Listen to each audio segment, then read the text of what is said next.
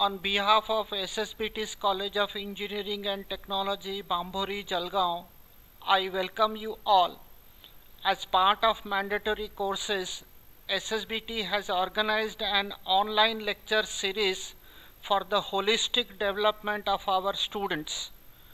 This lecture is on Indian classical dances, and the resource person is Dr. Aparna Bhatt. Okay आपका video disable हो गया है। एक minute, screen share करने के बाद video disable होता है क्या? स्क्रीन शेयर करने के बाद नहीं, स्क्रीन दिखाई देनी चाहिए। स्क्रीन दिखाई नहीं दे रही है। ओके ओके, एक मिनट बघ,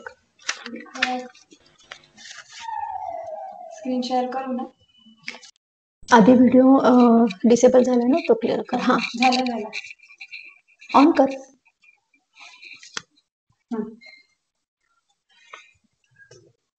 आता स्क्रीन शेयर कर।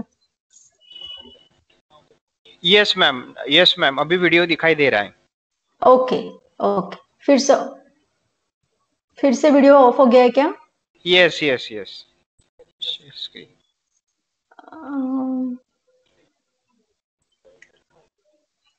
वीडियो का ऑफ होतो।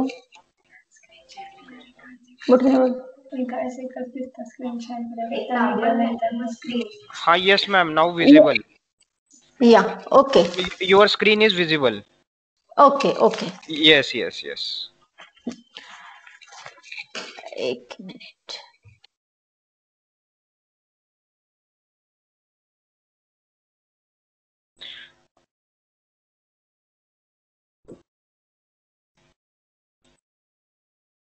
ऑडियो वीडियो दोन्ही ऑन कर।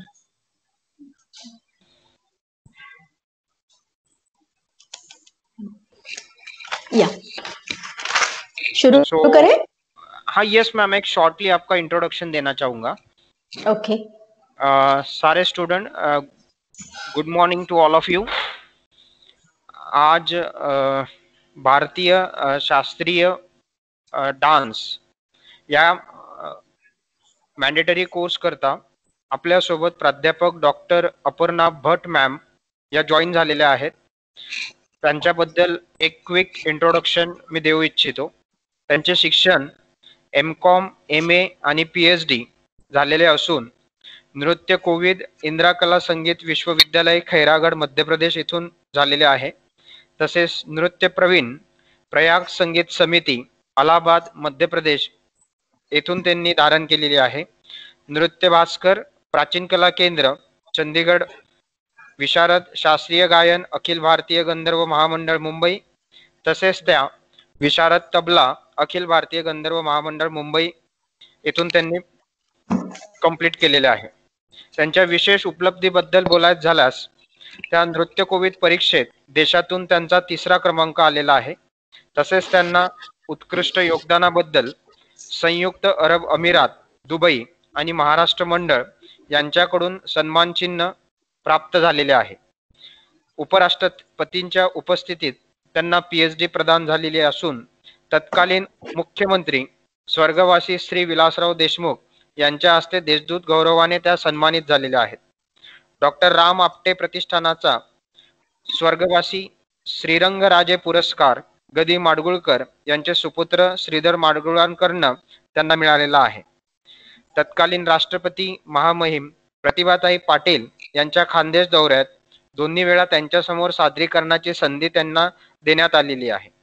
त्यांचे सादरीकरण आतापर्यंत मुंबई, पुणे, नागपूर, धुळे, भुसावळ, चोपडा, रतलाम, इंदोर, भोपाळ, आग्रा, दिल्ली सोबतच दुबई येथे सुद्धा त्यांनी सादरीकरण केलेले आहे। पुरस्कारांबद्दल बोलण्यात झाल्यास त्यांना किरण संस्थेद्वारा कटनी जबलपूर येथे आयोजित कथ्थक स्पर्धेत गोल्ड मेडल, संगीत कला केंद्र आग्रा येथे सलग 4 वर्ष प्रथम क्रमांक, अखिल भारतीय सांस्कृतिक संघ पुणे येथे परत गोल्ड मेडल, बहिणाबाई खानदेशस्तरीय पुरस्कार याबरोबरच अनेक पुरस्काराने गौरवान्वित अशा मॅडम डॉक्टर अपर्णा भट यांचे मी स्वागत करतो। Ma'am, now you can start your session. Thank you. माझा आवाज येतोय? येस येस क्लिअर आहे. Okay okay. First of all good morning to all. आज एक माझ्यासाठी काय म्हणतो आपण गमतीचा भाग असूया किंवा एक नवीन एक्सपिरियन्स आहे की इंजिनिअरिंगच्या स्टुडंट समोर मी क्लासिकल डान्स किंवा परफॉर्मिंग आर्ट्स बद्दल बोलणार आहे आणि ते त्यांच्या अभ्यासक्रमात काही प्रमाणात का होईना त्याला सामील करून घेण्यात आलेला आहे, याचा मला जास्त आनंद आहे. स्टुडंट्स, मी तुम्हाला मॅम एक इंटरप्ट करू इच्छितो. हो बोला. हे आपलं सेशन रेकॉर्डिंग होत आहे. आम्ही रेकॉर्डिंग करतोय ओके नो स्टुडंट साठी. Okay ma'am, okay with your permission. Okay ma'am. Yes okay. मी आज तुम्हाला इंडियन क्लासिकल डान्सच्या संदर्भात थोडी माहिती देणार आहे. काही टेक्निकल माहिती असेल जी परफॉर्मन्सच्या किंवा पीपीटीच्या माध्यमातून आम्ही तुम्हाला समजावून सांगण्याचा प्रयत्न करणार आहोत आणि एक जनरल माहिती असणार आहे. स्टुडंट्स, मी तुम्हाला स्टुडंट्स नाही म्हणणार कारण की मी माझ्या स्टुडंट्सला कधीच स्टुडंट म्हणून बघत नाही. मी त्यांना फ्रेंड म्हणूनच बघते, त्याच्यामुळे मी तुम्हाला फ्रेंड्सच म्हणेन, जर तुम्हाला सगळ्यांना ते चालत असेल तर ऑफकोर्स.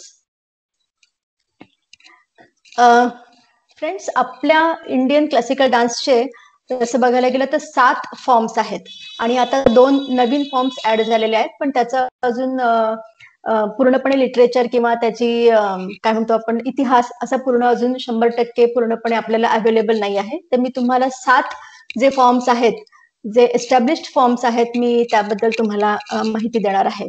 ते 7 फॉर्म्स आहेत भरतनाट्यम, ओडिसी, मणिपुरी, कथकली, कुचिपुडी, मोहिनीअट्टम, कथक. आणि जे नवीन 2 फॉर्म्स त्याला मान्यता मिळालेली आहे ते आधी फोक मध्ये काउंट केले जात होते, त्याला आता शास्त्रीय नृत्य म्हणून मान्यता मिळालेली आहे. ते आहेत छाऊ आणि सत्रिय. सगळ्यात आधी आपण भरतनाट्यम या शैलीबद्दल थोडंसं जाणून घेण्याचा आपण विचार करूया. ऍक्च्युली भरतनाट्यम म्हटलं की भरतनाट्यम जर म्हटलं की पूर्वीच्या काळी, अगदी फार पूर्वीच्या काळापासून भारतातल्या शास्त्रीय नृत्य जे परदेशामध्ये प्रसिद्ध होतं, लोकप्रिय होतं, ते म्हणजे भरतनाट्यम. त्याच्यानंतर आता सगळे फॉर्म्स परदेशात सुद्धा त्यांना आयडेंटिटी मिळायला लागली आहे. त्याच्यातला फरक परदेशी लोकांना पण कळायला लागलेला आहे. इतकी डेव्हलपमेंट आपल्या भारतीय कलाकारांनी आपल्या या शास्त्रीय नृत्यासाठी केलेली आहे. पण तरीही एक ऑथेंटिक किंवा सगळ्यात प्राचीन शास्त्रीय नृत्य प्रकार म्हटला तर भरतनाट्यम. भरतनाट्यम ह्या शैलीचा उगम दक्षिण भारतातला आहे. काही ह्या सगळ्या शास्त्रीय नृत्य शैली ज्या आहेत त्या अर्ध्या दक्षिण भारतामध्ये येतात, अर्ध्या उत्तर भारतात येतात. पण तरी सुद्धा त्या उत्तर भारतातल्या आहे म्हणून खूप सिमिलर आहेत किंवा दक्षिण भारतातल्या आहेत म्हणून खूप सारख्या आहेत असं नाहीये. प्रत्येकाचे बेसिक फंडामेंट्स मध्ये खूप फरक आहे.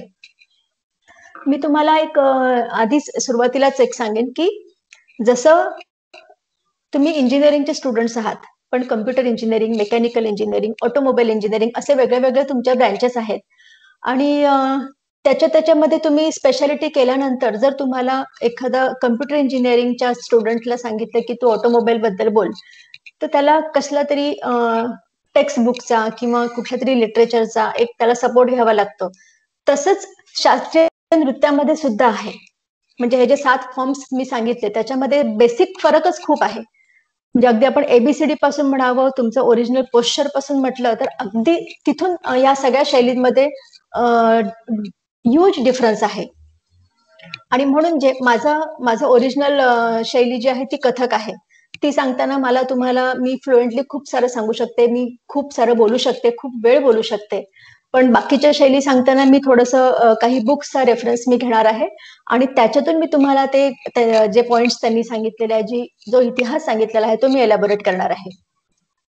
तर पहिल्यांदा जे मी बोलले की भरतनाट्यम आहे हे साऊथकडचा एक शैली आहे ही आणि सर्व इंडियन क्लासिकल डान्स हे खूप पूर्वी मंदिरांमध्येच केले जात होते. त्याच्यामुळे त्याच्यामध्ये एक ओरिजिनली स्पिरिच्युअल भाव आहे.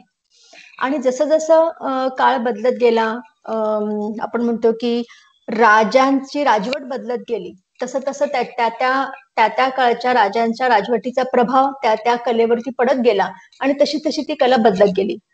आधी मंदिरात केली जाणारी, मग जेव्हा राजांचा प्रभाव वाढला, त्याचा मुघल काल किंवा मुघल राजवटीचा प्रभाव वाढला, तेव्हा ती दरबारात आली आणि मग दरबाराच्या प्रमाणे त्या कलेच्या प्रेझेंटेशन मध्ये बदल व्हायला लागलेत. कथकमध्ये ह्याचा खूप जास्त प्रभाव जाणवतो बाकीच्या शैलींपेक्षा. तर भरतनाट्यम ही शैली मुळात दक्षिणेच्या मंदिरांमध्ये केली जायची आणि हा सोलो डान्स स्टाईल आहे ही.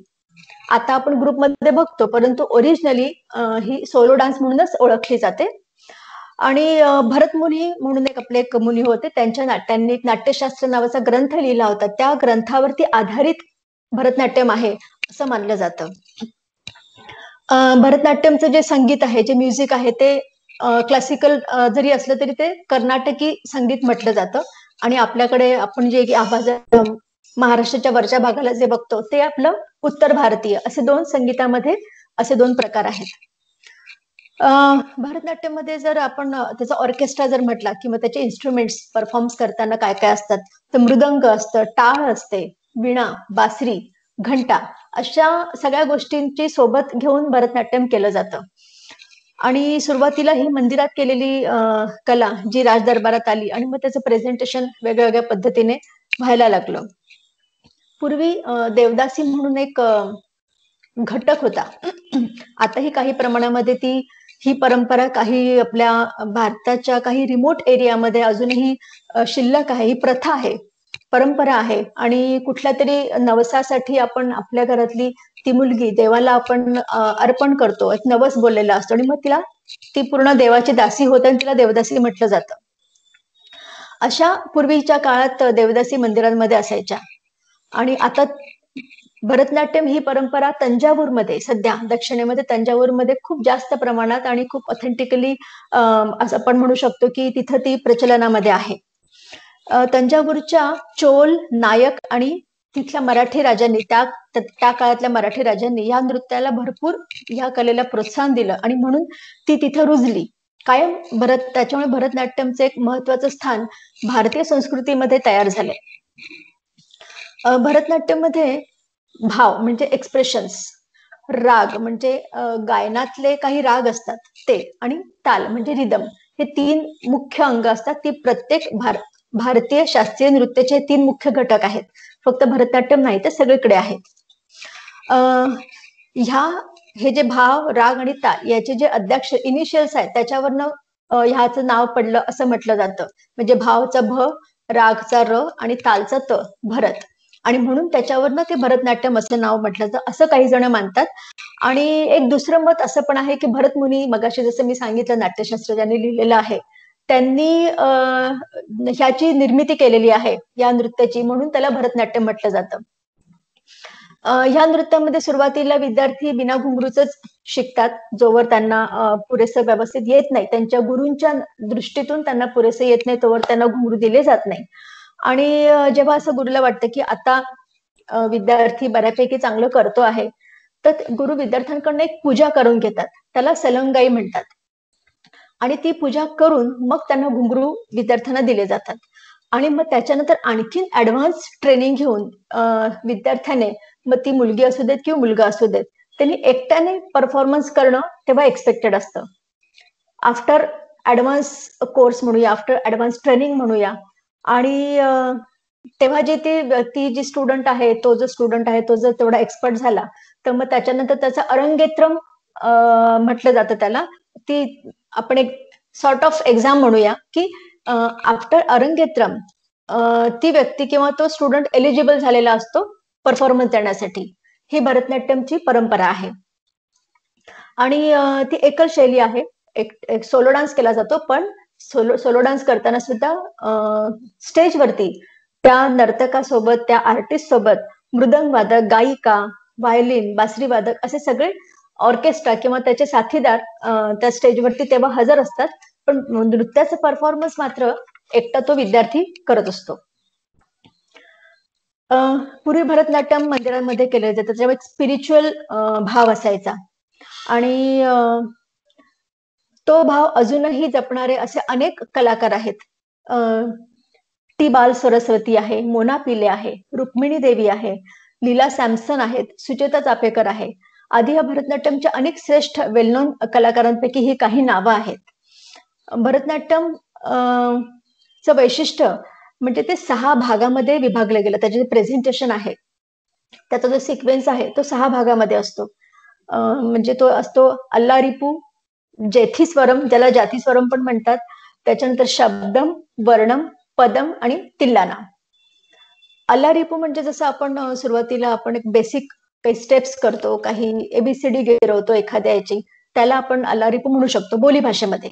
एक्झॅक्टली नाही म्हणणार मी, पण बोलीभाषेमध्ये आपण तसं म्हणू शकतो की ते बेसिक असं सुरुवातीला भरतनाट्यमच्या विद्यार्थ्याला सुरुवातीला अल्लारिपू शिकवलं जातं. आणि ह्याच्यामध्ये ह्याचं वैशिष्ट्य काय असतं तर तुम्ही एकदम सरळ दोन्ही पाय सोबत ठेवून सरळ उभं राहा, तुमचा फर्स्ट स्टान्स असतो. त्याच्यानंतर भुवया, डोळे, ग्रीवा म्हणजे मान, यांचं चांगल्या प्रकारे ग्रेसफुल मुवमेंट्स करणे हे बेसिक एक्सरसाइज आहेत. ते करणं अल्लारिपू मध्ये, आणि त्याच्यातून आपण देवाची प्रार्थना करत असतो, देवाला आपण देवाची उपासना करत असतो. आणि अल्लारिपूचं एक वैशिष्ट्य म्हणजे जसं फ्री हँड ड्रॉइंग जर कोणाला माहित असेल तर, की जसं राईट साईडला ज्या मुवमेंट्स केल्या जातात त्या तशाच्या तशा लेफ्ट साईडने पण करायला लागतात. असं ते तुमच्या बॉडीच्या ज्या मुवमेंट्स असतात त्या अल्लारिपूमध्ये इन्क्लुडिंग असतात. त्याच्यामुळे तुमच्या बॉडीचा बॅलन्स टिकतो, हा फायदा असतो. आणि त्याचा ज्या पद्धतीने आपण राईटने एक्सप्रेस करतो त्याच पद्धतीने आपल्याला लेफ्टने पण एक्सप्रेस करावं लागतं. त्याच्यासाठी तितकीच मेहनत घ्यावी लागते, आणि हे अल्लारिपूचं एक वैशिष्ट्य आहे. त्याच्यानंतर येतं जेथीस्वरम म्हणजे जातीस्वरम. आता जाती म्हणजे काय तर मगाशी जसं मी बोलले की ताल हा प्रकार असतो, म्हणजे रिदम हा प्रकार असतो. आता ताल म्हणजे खूप शास्त्रीय भाषा, कदाचित बऱ्याच विद्यार्थ्यांना ते ताल एक्झॅक्टली काय कळणार, म्हणून मी रिदम हा शब्द वापरतेय. आपण सिनेमाच्या गाण्यांमध्ये पण बघतो की वेगवेगळ्या प्रकारचे रिदम्स असतात, त्याला आपण ताल म्हणू शकतो. तर अशाच प्रकारे याच्यामध्ये सुद्धा हे ताल असतात. त्याचे सायन्स आहे, त्याचे कॅल्क्युलेशन्स आहेत, अगदी मॅथमॅटिकल कॅल्क्युलेशन्स तालाचे पण असतात. आणि तबला वादक म्हणा किंवा मृदंग वादक म्हणा, ह्या सगळ्या प्रकाराला धरून धरून त्यांचं वादन करत असतात, आणि नर्तक त्या तालाला अनुसरून, त्या वादनाला अनुसरून त्यांचं प्रेझेंटेशन करत असतात. भरतनाट्यममध्ये मृदंग वादक आणि नर्तकी यांचं सिक्वेन्सली सोल्लुकुट आणि चोल्लू यांचं प्रदर्शन करतात. आता हे 2 दक्षिण भाषेतले शब्द आहेत. यात मृदंगाचे बोल जे वाजतात त्याला चोलू असं म्हटलं जातं, आणि नर्तकी किंवा नर्तक त्याच प्रकारे घुंगरूचे आवाज जे करतात किंवा त्याच्याप्रमाणे पदन्यास जे करतात ते बोल म्हणजे सोल्लुकुट असं म्हटलं जातं. आणि यामध्ये वेगवेगळे रिदम वरती, ते बिट्स वरती ते त्यांचं प्रेझेंटेशन दोघांचं एकत्रितपणे केलं जातं.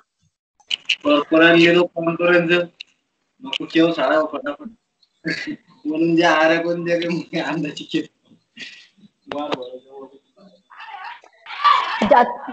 जातीस्वरम नंतर येतं शब्दम.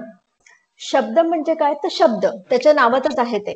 मग त्याच्यामध्ये तुमचा अभिनय येतो, एखादं गीत, एखादं भजन प्रस्तुत केलं जातं, एखादा श्लोक असतो तो आपण देवाला समर्पित केलेला असतो, तर त्याच्यावरती आपण अभिनय केला, त्याच्यावरती आपण अभिनय करतो, आणि त्या शब्दातून आपल्या भावना देवाच्या प्रती आपण त्या समर्पित करतो. आणि त्यानंतर येतं वर्णम. हॅलो हॅलो हॅलो, हा बोला मॅडम, बोला, आवाज येतोय. बाकी सर्व स्टूडेंट स्वतःला म्यूट करा. करता येईल का? बाकी सारे स्टूडेंट को रिक्वेस्ट है खुद को म्यूट रखें. हाँ, यस प्लीज कंटिन्यू. थँक्यू. त्यानंतर येतं वर्णम. वर्णम म्हणजे काय तर आपण जर काही विद्यार्थ्यांना माहित असेल की नवरस हा प्रकार आहे आपल्या भारतीय साहित्यात, तर त्याच्यामध्ये शृंगार रस पण आहे. आणि ह्या शृंगार रसातला काही प्रमाणात आपण एक राधाकृष्णाची स्टोरी म्हणू शकतो, किंवा असे अनेक आपल्या पुराणामध्ये कथा आहेत, तर त्याच्यातल्या काही कथा, त्याच्यातल्या काही रचना या वर्णम मध्ये सादर केल्या जातात. त्याच्यामध्ये सवाल जवाब असा पण एक प्रकार असतो. पल्लवी, अनुपल्लवी आणि चरण. तर पल्लवीमध्ये एखादा प्रश्न विचारला जातो, अनुपल्लवीमध्ये त्याचं उत्तर दिलं जातं आणि त्याचं सगळ्याचं समापन हे चरणमध्ये केलं जातं. त्याच पद्धतीने पदम त्याच्यानंतरचा प्रकार असतो तो पदम. पदम म्हणजे काय? तर एखादं पद असतं, एखादं छंद असतं, काव्य असतं आणि त्याच्यावरती मग त्याच्यामध्ये वेगळे वेगळे रस असू शकतात. शृंगार रस असू शकतो, भक्ती रस असू शकतो.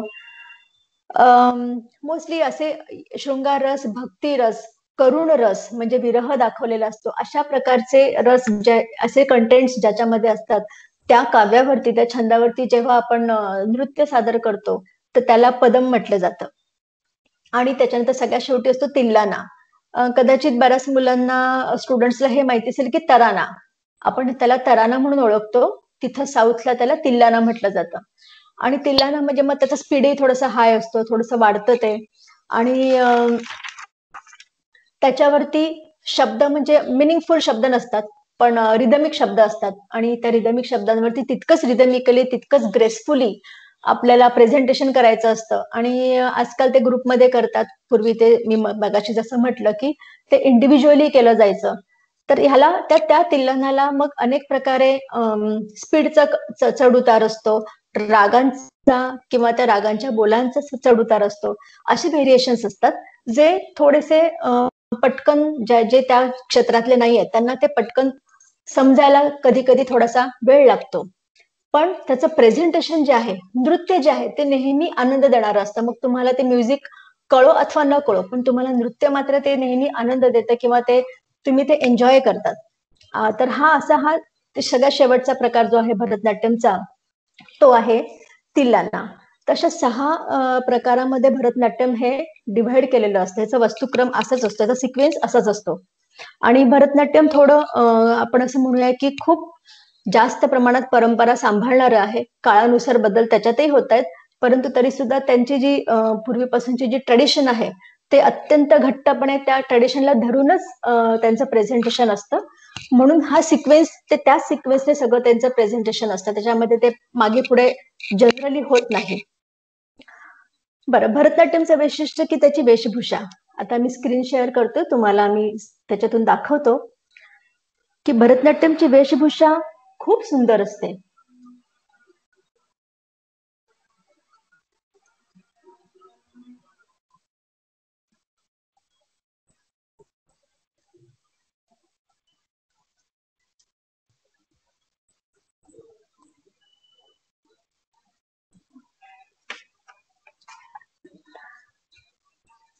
दाखव पुढे. भरतनाट्यमच्या वेशभूषेमध्ये नर्तकी तिचे सगळे आभूषण किंवा तिचं ड्रेपरी हे फारच अट्रॅक्टिव्ह असतं. भरतनाट्यम मी मगाशी जसं बोलले की भरतनाट्यम सोबत वाजवलेलं संगीत आहे ते कर्नाटकी संगीत म्हणून ओळखलं जातं.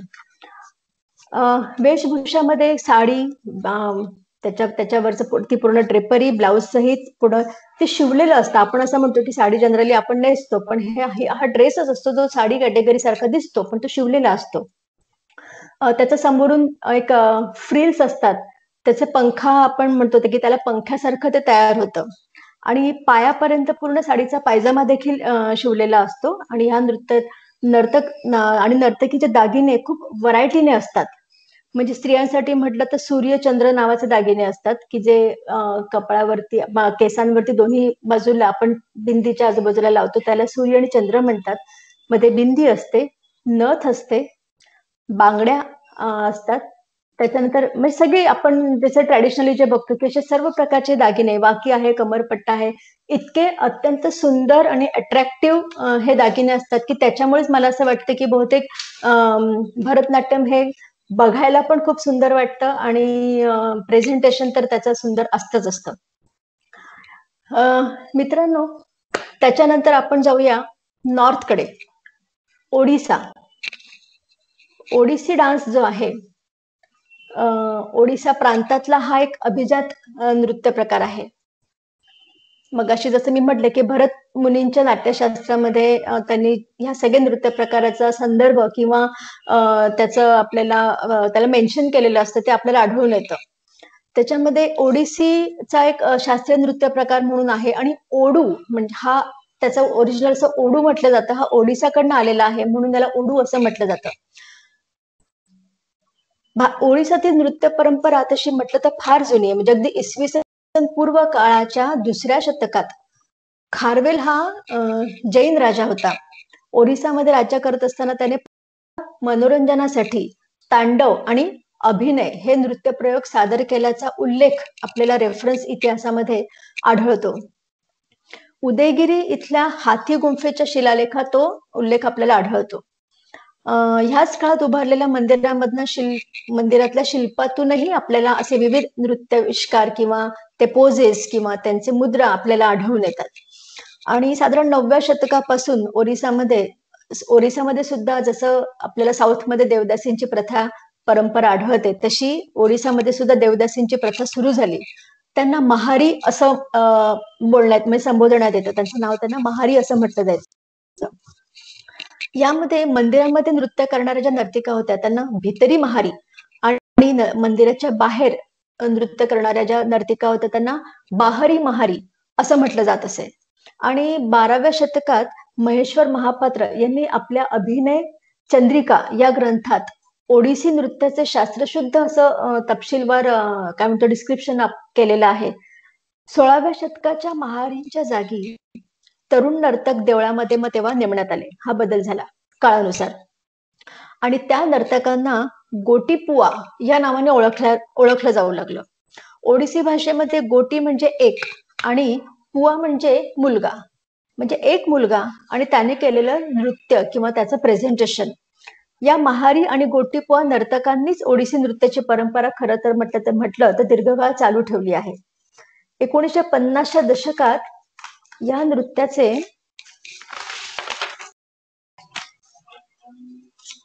पुनरुज्जीवन झालं असं म्हणायला हरकत नाही.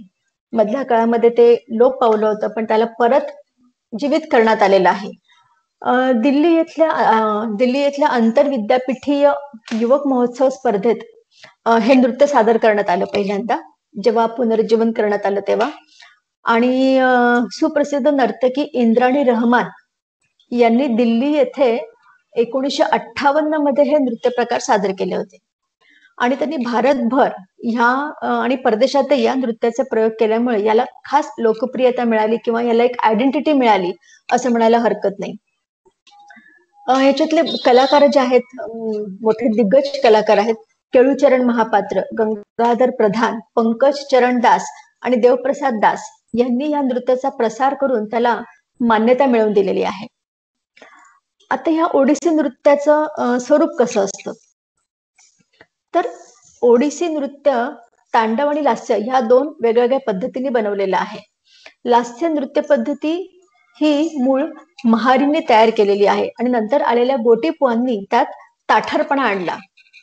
आणि तांडव पद्धती म्हणजे धीटपणा जो असतो एक मॅनली जो एक ऍटिट्यूड असतो आपली बॉडी लाईन असते ती त्यांच्या अंगविक्षेपांनी आणि त्यांनी जलद आणि जोरदार आणि झटकेबाज अशा सगळ्या हालचालींनी ह्या सर्व नृत्य प्रकाराचे हे मूळ जरी समान असले तरी हा फरक त्याच्यामध्ये तयार व्हायला लागला. म्हणून तांडव आणि लास्य हे 2 वेगळे फरक आपल्याला जाणवतात. आता हे असं सगळं जरी असलं ना तरी नृत्य पद्धती आणि शास्त्र ह्या दृष्टीने ओडिसी नृत्य थोडंसं इतर नृत्य प्रकारांहून थोडंसं वेगळं आहे.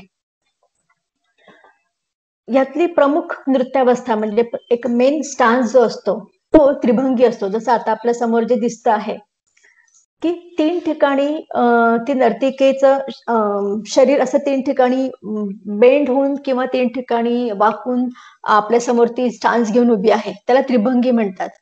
आणि काही ठिकाणी चौकभंगी म्हणजे जी दुसरी बाजूची जी नर्तिका आहे ती अशी गुडघ्यामध्ये वाकून दोन्ही हात बाजूला ठेवणं याला चौकभंगी असं म्हटलं जातं. आणि ही अवस्था जी आहे ती जगन्नाथ स्वामींच्या मूर्तीवरती आधारित आहे असं मानलं जातं. नावाप्रमाणे चौक म्हणजे आयताकृती अभिनय चंद्रिका या ग्रंथामध्ये ह्या गोष्टीचं वर्णन केलेलं आहे. ओडिसी नृत्य प्रकाराच्या काही काही प्रकार आहे किंवा काही अवस्था, जसं प्रेझेंटेशन म्हणूया आपण, किंवा त्याच्यामधले काही प्रकार आहेत. आणि ते प्रकार म्हणजे आपण जेव्हा आपण जमिनीवरती दोन्ही पाय रोवून आपण करतो, त्याला स्तंभपाद, कुंभपाद, धनुपाद व महापाद असे 4 प्रकार आहेत. आणि परंपरेनुसार रेखापाद आणि नुपुरपाद हे सुद्धा या प्रकारामध्ये मोडले जातात. त्यानंतर आहे भूमी. भूमी म्हणजे काय, तर नर्तकाची रंगमंचावरती हालचाल करण्याची पद्धती, आणि त्याचे 8 प्रकार आहेत. त्याच्यानंतर काय येतं तर चारी. चारी म्हणजे काय, तर वेगळ्या वेगळ्या प्रकारचे आपण जेव्हा पाय मारतो जमिनीवरती, तर ते जे आघात होतात त्याला चारी म्हटलं जातं. आणि हे सगळे भूमीवरती शी रिलेटेड किंवा भूमीवरती पाय आपटून केले जातात, म्हणून त्याला भूमीशी संबंधित असतात. त्यानंतर आहे भ्रमरी. आता भ्रमरी म्हणजे काय, तर चक्कर घेण्याचे प्रकार आहेत. मग त्याच्यात आपण एका पायावरती चक्कर घेतो, मग 3 पायांचा चक्कर असतो. 3 पाय म्हणजे 1 2 3 बिट्सचा चक्कर असतो. कधी कधी पूर्ण आपण दोन्ही पाय जमिनीवर टेकून पूर्ण गिरके घेतो, त्याला अंगभ्रमरी असं म्हटलं जातं. असे वेगळे वेगळे प्रकार आहेत. भंगी. पुढचं भंगी म्हणजे काय, जसे मगाशी सांगितलं की त्रिभंगी आणि चौकभंगी हे त्याच्यातले प्रकार आहेत. हस्त किंवा हस्तमुद्रा. आता ह्याच्या शास्त्रीय नृत्यामध्ये मुद्रा अतिशय महत्वाच्या आहेत, आणि त्या प्रत्येक शास्त्रीय नृत्याचा तो एक अविभाज्य घटकही आहे असं म्हणायला हरकत नाही. आणि ती व्यक्त करण्याची प्रत्येक नृत्याची एक आपली एक पद्धत आहे. आणि प्रत्येक नृत्यामध्ये ह्या मुद्रांची संख्या कमी जास्त आहे. आता ह्या ओडिसीमध्ये 48 प्रकार आहेत नृत्य मुद्रांचे. आता ओडिसीची रंगभूषा, मेकअप किंवा ड्रेपरी आपण म्हणूया, ती पण अत्यंत आकर्षक आहे. तुम्ही बघतच असाल की नर्तकाच्या सर्व अंगाला पहिल्यांदा केशर लावण्यात येतं. गोरचना म्हणजे सरपटणाऱ्या प्राण्यासारखी नक्षी जी कपाळावरून खाली गालापर्यंत काढलेली असते. तुम्ही बघत असाल, आता जे मी तुम्हाला इमेज दाखवत आहोत त्याच्यामध्ये त्या नर्तकीने तसं केलेलं आहे. भुवयांच्या मध्यभागी कुंकुम तिलक असतो. हनुवटीवरती छोटासा तीळ असतो. डोळे व भुवयांना काजळ आणि हातांना कुंकू आणि बोटांना आलता लावतात. हे ओडिसीचं वैशिष्ट्य आहे. वेशभूषा म्हटलं तर ओडिसी नृत्यासाठी लागणारे पोशाख हे ओडिसा साडी किंवा संबळपुरी साडी याच्यापासून बनवलेले जातात. दागिन्यांमध्ये कमरेला बेंगपट्टिया म्हणजे कमरपट्टा, मनगटात करकंकण, दंडावरती ताईत म्हणजे बाजूबंद, गळ्यामध्ये हार, कानात कापा, कपाळावरती मांग टीका, आंबाड्यावरती रत्नजडीत जाळी, डोक्यावरती माहकूट याचे 2 भाग असतात. आंबाड्याच्या भोवती फुलांचा हार ज्याला गोभा म्हणतात, आणि या आंबाड्यात खोचलेला टाहिया, पायामध्ये पैंजण आणि त्याच्यावरती घुंगरू, अशी ही अत्यंत आकर्षित आणि अत्यंत सुंदर अशी ओडिसी नृत्याची ही ड्रेपरी आहे, जी खूप सगळ्यांना म्हणजे आकर्षणच त्याचं पडतं. आणि त्याच्यामधले मग जेव्हा प्रेझेंटेशन होतं तेव्हा टेक्निकली, जसं मी मगाशी पण बोलले की नृत्याचा एक फायदा असा आहे की तुम्हाला टेक्निकली काही गोष्टी नाही कळल्या तरी ऑल ओव्हर ते खूप प्रेझेंटेबल असतं, ते खूप बघण्यासारखं असतं, आणि ज्यांना त्याच्यातलं टेक्निक नाही कळत ते सुद्धा नृत्य एन्जॉय करू शकतात. आता ओडिसीमध्ये त्याचा ऑर्केस्ट्रा कसा असतो, तर वेगळ्या वेगळ्या बीट्स वरती आधारित याचं एक आपण म्हणतो की प्रेझेंटेशन केलेलं असतं. हिंदुस्थानी आणि कर्नाटक संगीत दोन्ही जरी वापरत असले तरी त्यांची वैशिष्ट्य ही कटाक्षाने त्याच्यामध्ये पाळली जातात. कवी सूर्य बलदेव रथ, गोपीकृष्ण, उपेंद्र भंज इत्यादींच्या काव्यरचना ह्या ओडिसी शैलीमध्ये वापरल्या जातात. आणि मर्दल म्हणजे मृदंगाचा एक प्रकार आहे. मर्दल, गिनी म्हणजे झांज, आणि पखावज, वीणा आणि बासरी ही वाद्ये ओडिसीमध्ये आपण ऑर्केस्ट्रा म्हणून बघितली जातात किंवा ती वापरली जातात. ओडिसीचे प्रेझेंटेशनचे जे असतात ना, नृत्य प्रकार जे असतात त्याच्यामध्ये पहिला प्रकार आहे मंगलचरण. आता जसं भरतनाट्यमध्ये आपण अलारिपू बघितलं तसं हे मंगलचरण हे बेसिक आहे. ओडिसी शिकायला सगळ्यात सुरुवातीपासून आपण जर सुरुवात केली तरी पहिलं जे आहे ते मंगलचरण. आणि ह्याच्यामध्ये मग लहान सहान मुवमेंट्स असतात.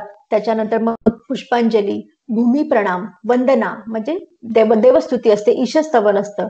या सगळ्या रचनेने ओडिसी कार्यक्रमाची सुरुवात होते. ह्यात गणेश, शिव आणि देवीला वंदन करणारा श्लोक हे वैशिष्ट्य आहे. हे बेसिकली हेच असंच केलं जातं. आणि मग त्याला जोडून आपण सगळे जे रसिक प्रेक्षक समोर बसलेले असतात, रसिक गुरुजन असतात, त्यांना आपण प्रणाम करतो. आणि शेवटी त्रिखंडी प्रणाम केला जातो. त्रिखंडी म्हणजे ज्याच्यामध्ये देवता पण आहेत, गुरु पण आहेत आणि रसिक प्रेक्षक आहे. हा परत एकदा शेवटी त्रिखंडी प्रणाम केला जातो. हे ओडिसीचं खास वैशिष्ट्य म्हटलं जातं. मंगलचरण झाल्यानंतर पल्लवी हा एक प्रकार केला जातो. याच्यामध्ये जे मुवमेंट्स असतात, बॉडी मुवमेंट्स असतात, त्या खूप काव्यात्मक, खूप ग्रेसफुल असतात. आणि त्या मुवमेंट्स म्युझिक आणि बिट्स याच्यावरती डिपेंड करतात. याला बॅलन्सिंग करून त्या मुवमेंट्स केल्या जातात. एखादा स्पेसिफिक राग निवडला जातो. त्या रागावरची त्याच्यावरती एखादं आपण म्हणूया त्याची सरगम असते किंवा त्याचे काही सुरावट असते, ती तो गायक म्हणत असतो आणि त्याच्यावरती हे पल्लवी केली जाते. हे शुद्ध नृत्य आहे. म्हणजे त्याच्यामध्ये अभिनय किंवा असं एक मिनिंगफुल शब्द येतात असं नाहीये. आणि ह्या याच्यामध्ये नर्तक डोळे, भुवया, मान यांच्या तालबद्ध हालचाली ओडिसी स्टाईल मध्ये ज्या आहेत त्या केल्यात, तो करतो. म्हणजे तो एक बेसिक म्हणतो की आपण एक बेसिक एक्सरसाइजच्या पुढचं बेसिक प्रेझेंटेशन असतं ते अशा पद्धतीने केलं जातं. आणि नर्तक प्रत्येक वेळेला पुढचा प्रकार सुरू करण्यापूर्वी थाई म्हणजे त्याच्या मूळ स्थानात येतो. म्हणजे काय, तर त्याचा ओरिजिनल स्टान्स जो असतो उभं करण्याचा, त्याच्यामध्ये प्रत्येक वेळेला तो नर्तक येतो. आणि पल्लवीचे तर दोन प्रकार असतात, एक स्वर पल्लवी आणि एक राग पल्लवी. आता ह्यातील वसंत पल्लवी आणि कल्याण पल्लवी म्हणजे हे स्वर पल्लवी आणि राग पल्लवीतले हे प्रकार विशेष प्रसिद्ध आहेत. त्यानंतर येतं बाटू नृत्य. बाटू हा सर्वात कठीण प्रकार मानला जातो. यात शुद्ध नृत्य असून ते भगवान शंकराच्या आराधनेसाठी केलं जातं आणि हे बटुक भैरव म्हणून ओळखलं जातं. त्याचे 64 प्रकार आहेत. इतके डिटेलमध्ये मी तुम्हाला प्रकार सांगत नाहीत, पण त्याचे 64 प्रकार आहेत. तुम्हाला ते नेटवरती सुद्धा मिळू शकतात. जर ज्याला आणखी याच्या पुढे डीपली कोणाला त्याची माहिती करून घ्यायची असेल तर ते नेटवरती तुम्हाला मिळतील. त्यानंतर येतं अभिनय. प्रत्येक नृत्याचा अविभाज्य घटक आहे अभिनय. प्रेझेंटेशनची स्टाईल वेगळी आहे, पण अभिनय असतोच. आता ह्या गीतावरती अभिनयामध्ये एखाद्या गीतावरती आधारलेला भावनाविष्कार म्हणजे एखादं एक्सप्रेशन ओरिएंटेड प्रेझेंटेशन केलं जातं. आणि मोस्टली आपल्या सगळ्या शास्त्रीय नृत्यामध्ये राधाकृष्ण हा बेस आहे. मोस्टली सगळ्या शैलीमध्ये तुम्हाला राधाकृष्णाचा ते कॅरेक्टर्स दिसतील, त्यांचं प्रेझेंटेशन दिसेल, त्यांचं रिलेशनशिप्स वरती आधारलेले सगळे आपण म्हणू छंद, काव्य किंवा एखादी स्टोरी, असं सगळं तुम्हाला या सगळ्या नृत्यांमध्ये राधा आणि कृष्णावरती आधारित दिसणार आहे. तसंच ओडिसीमध्ये सुद्धा आहे.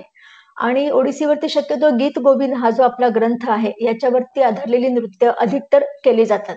आणि त्याच्यामध्ये शृंगार रस कारण की राधाकृष्ण आहे आणि भक्ती रस कारण की गोपी किंवा बाकी सगळे आहे जे ज्यांची कृष्णावरती भक्ती होती, म्हणून भक्तिरस आणि शृंगार रस हे दोन्हीही रस अगदी प्रायोरिटीने तुम्हाला या अभिनयामध्ये ओडिसीचे दिसून येतात. आणि दशावतार पण आहे, काही प्रमाणामध्ये दशावतार पण प्रेझेंट केले जातात. आणि ओडिसी साहित्यामध्ये एक वैशिष्ट्य असं आहे की विष्णू ऐवजी म्हणजे आपण दशावतार म्हटलं की आपण विष्णूचे दशावतार असं आपण जनरली मानतो, पण ओडिसी साहित्यामध्ये विष्णूऐवजी कृष्णाला संपूर्ण अवतार मानलं गेलेलं आहे. म्हणजे याच्यावरनं तुम्हाला कळेल की ओडिसी नृत्यामध्ये कृष्णाचं किती जास्त महत्व आहे. त्याच्यानंतर आहे मोक्षनाट. अभिनय झाल्यानंतर मोक्षनाट हा अंतिम नृत्य प्रकार असून त्याच्यामध्ये फक्त नृत्य असतं, म्हणजे रिधम चालू असतो आणि त्या रिधमला साजेसं त्याच्याशी त्याला सोबत घेऊन किंवा त्या रिधमशी खेळत खेळत नर्तक त्याचं प्रेझेंटेशन करत असतो, त्याला मोक्षनाट असं म्हटलं जातं. मित्रांनो, ओडिसी नृत्य प्रकारामध्ये मोहन महापात्र हे महारींचे शिक्षक होते. पद्मचरण दास हे गोटीपुआंचे शिक्षक होते. तसंच मोहन गोस्वामी, पंकज चरण दास, देवप्रसाद दास, केलुचरण महापात्र, कालीचरण पटनाईक हे गुरु आणि इंद्राणी रेहमान संयुक्ता पाणिग्रही, डॉक्टर कुमकुम दास, डॉक्टर विनती मिश्र, रीता देवी, यामिनी कृष्णमूर्ती हे नर्तक नर्तकी आतापर्यंत अत्यंत लोकप्रिय झालेले आहेत. शास्त्रीय नृत्य शैलीमध्ये ह्या सर्व कलाकारांचं नाव अत्यंत आदराने घेतलं जातं. इतके त्यांनी मेहनत केलेली आहे आणि हे नृत्य टिकावं म्हणून खूप जास्त प्रयत्न त्यांनी ह्या सगळ्या कलाकारांनी केलेले आहेत. त्यानंतर आपण वळूया मणिपुरी नृत्य. आता मणिपुरी म्हटले की त्याच्या नावातच ते कोणत्या राज्यातलं आहे हे तुम्हाला कळतंय. नॉर्थ ईस्ट म्हणजे आपण 7 सिस्टर्स म्हणतो त्याच्यामधलं एक राज्य आहे ते मणिपुरी. अत्यंत निसर्गाने नटलेलं, अत्यंत सुंदर, आणि तसंच हे नृत्य किंवा हे याचा अटायर तुम्ही ती इमेज बघतच असाल, ती सुद्धा अशाच पद्धतीने नैसर्गिकरित्या मनाला खूप आनंद देणारी अशी ही त्याची रचना आहे, केशभूषा वेशभूषेसहित. आणि हे नृत्य सुद्धा खूप डेलिगेटली आहे, खूप असं आपल्याला डोलायला लावणारं आहे. तुम्ही जेव्हा एखादं त्याची क्लिप बघाल तर तुम्हाला त्याची नक्कीच जाणीव होईल की हे कशा पद्धतीने हे नृत्य आपल्या मनामध्ये आपल्याला आनंद देतं. ह्याचा मणिपुरीच्या बाबतीमध्ये असं म्हणेन की मणिपूर प्रदेशामध्ये प्रचलित असलेल्या अनेकविध स्थानिक लोकनृत्यांचा समावेश या प्रकारामध्ये होतो. त्याच्यामुळे ते शास्त्रीय आहे पण त्याला लोकनृत्याचा सहभाग आहे, लोकनृत्य चा एक आधार आहे किंवा एक त्याच्या म्हणून की एक झलक त्या नृत्यामध्ये आपल्याला दिसून येते. नर्तकाच्या अंगिक हालचालीतून मंद अशा पवन गतीने होणाऱ्या फांद्यांच्या चलनावलनाचा भास निर्माण होतो.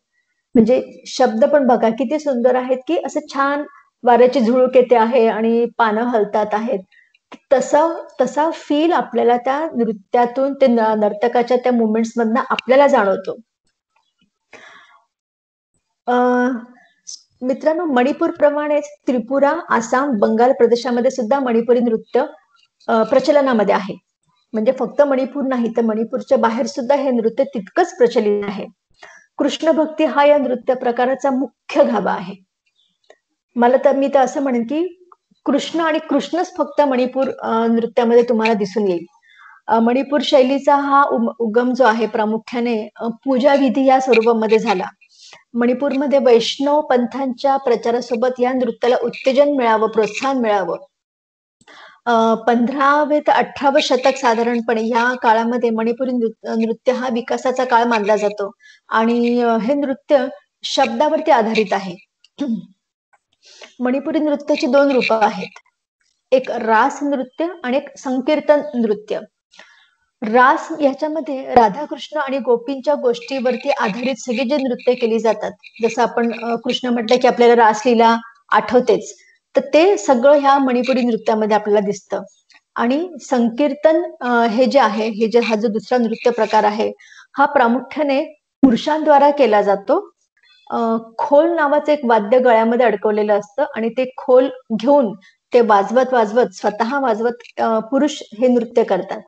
हे अत्यंत आगळ्या प्रकारचे एक मी असं म्हणेन की हा एक वेगळा प्रकार आहे की जो बाकीच्या नृत्यशैलीमध्ये अभावानेच आढळतो.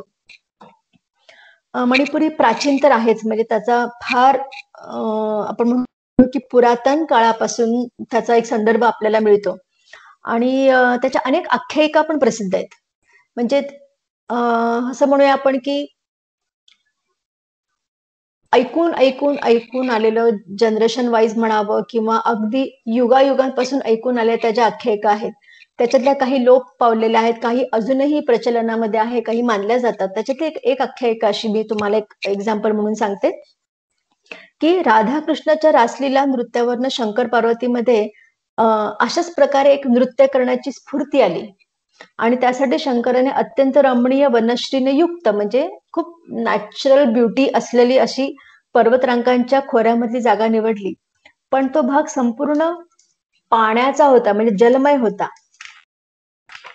आणि मग ते पाणी वाहून जाण्यासाठी, कारण की त्यांना ती जागा हवी होती, तर पाणी वाहून जाण्यासाठी शंकराने त्रिशूळाचा एक प्रहार केला आणि पर्वत फोडून भूमार्ग मोकळा केला. हे रमणीय स्थान म्हणजे मणिपूर. आणि हे शंकर पार्वतीचं रासलीला नृत्य पुढे माणसांनी आत्मसात केलं. तेच लाय हरोबा, त्याचं नाव आहे लाय हरोबा, म्हणजे देवांना प्रसन्न करून घेण्यासाठी केलेलं स्तवन किंवा देवांचा आनंदोत्सव, त्याला लाय हरोबा म्हटलं जातं त्या भाषेमध्ये. आणि हे मणिपुरी लोकनृत्य आहे, अशी ही आख्यायिका अजूनही सगळ्यांना माहितीये किंवा सगळ्यांच्या प्रचलनामध्ये आहे. अंगिक अभिनय हे मणिपुरी नृत्याचं खास वैशिष्ट्य आहे. म्हणजे शारीरिक हालचालींमधून केलेला अभिनय हा मणिपूरचं खास वैशिष्ट्य आहे. एखाद्या विशिष्ट अंगावरती भर न देता, म्हणजे फक्त पायावरती भर आहे किंवा फक्त हातांवरतीच भर आहे असं न करता, आपल्या सर्व शरीराच्या सर्व अवयवांच्या हालचालींमधनं एक नाजूक आणि एक लयबद्ध तोल या मणिपूर नृत्यामध्ये राखला जातो. चाली आणि भंगी ही दोन मणिपुरी नृत्याची परिभाषा आहे. एवढंच नव्हे तर त्या नृत्याचा नेमका आत्मा जाणून घेण्याची गुरुकिल्ली आहे त्या नर्तकाजवळची, असं म्हणायला हरकत नाही. म्हणजे त्याला चाली आणि भंगी हे दोन त्याचे इतके महत्वपूर्ण घटक आहेत. मणिपुरी हे नृत्य देवी देवतांना प्रसन्न करण्यासाठी लाई हरोबा केल्या जातात. हेच नृत्य पीक घेण्यासाठी, म्हणजे जेव्हा आपण शेती करतो तेव्हा पीक घेण्यासाठी बीज रोवताना केलं जातं.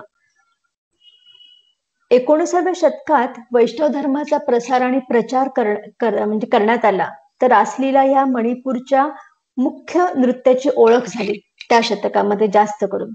रासलीला म्हणजे भारतीय ऑपेरा नृत्याचे उदाहरण. म्हणजे आपण परदेशामध्ये आपण ऑपेरा डान्स बघतो किंवा ऑपेरा थिएटरला जातो तेव्हा जे बघतो, तशाच पद्धतीचं हे भारतीय ऑपेरा म्हणायला हरकत. आणि त्याच्यामध्ये संवाद असतो, अभिनय असतो.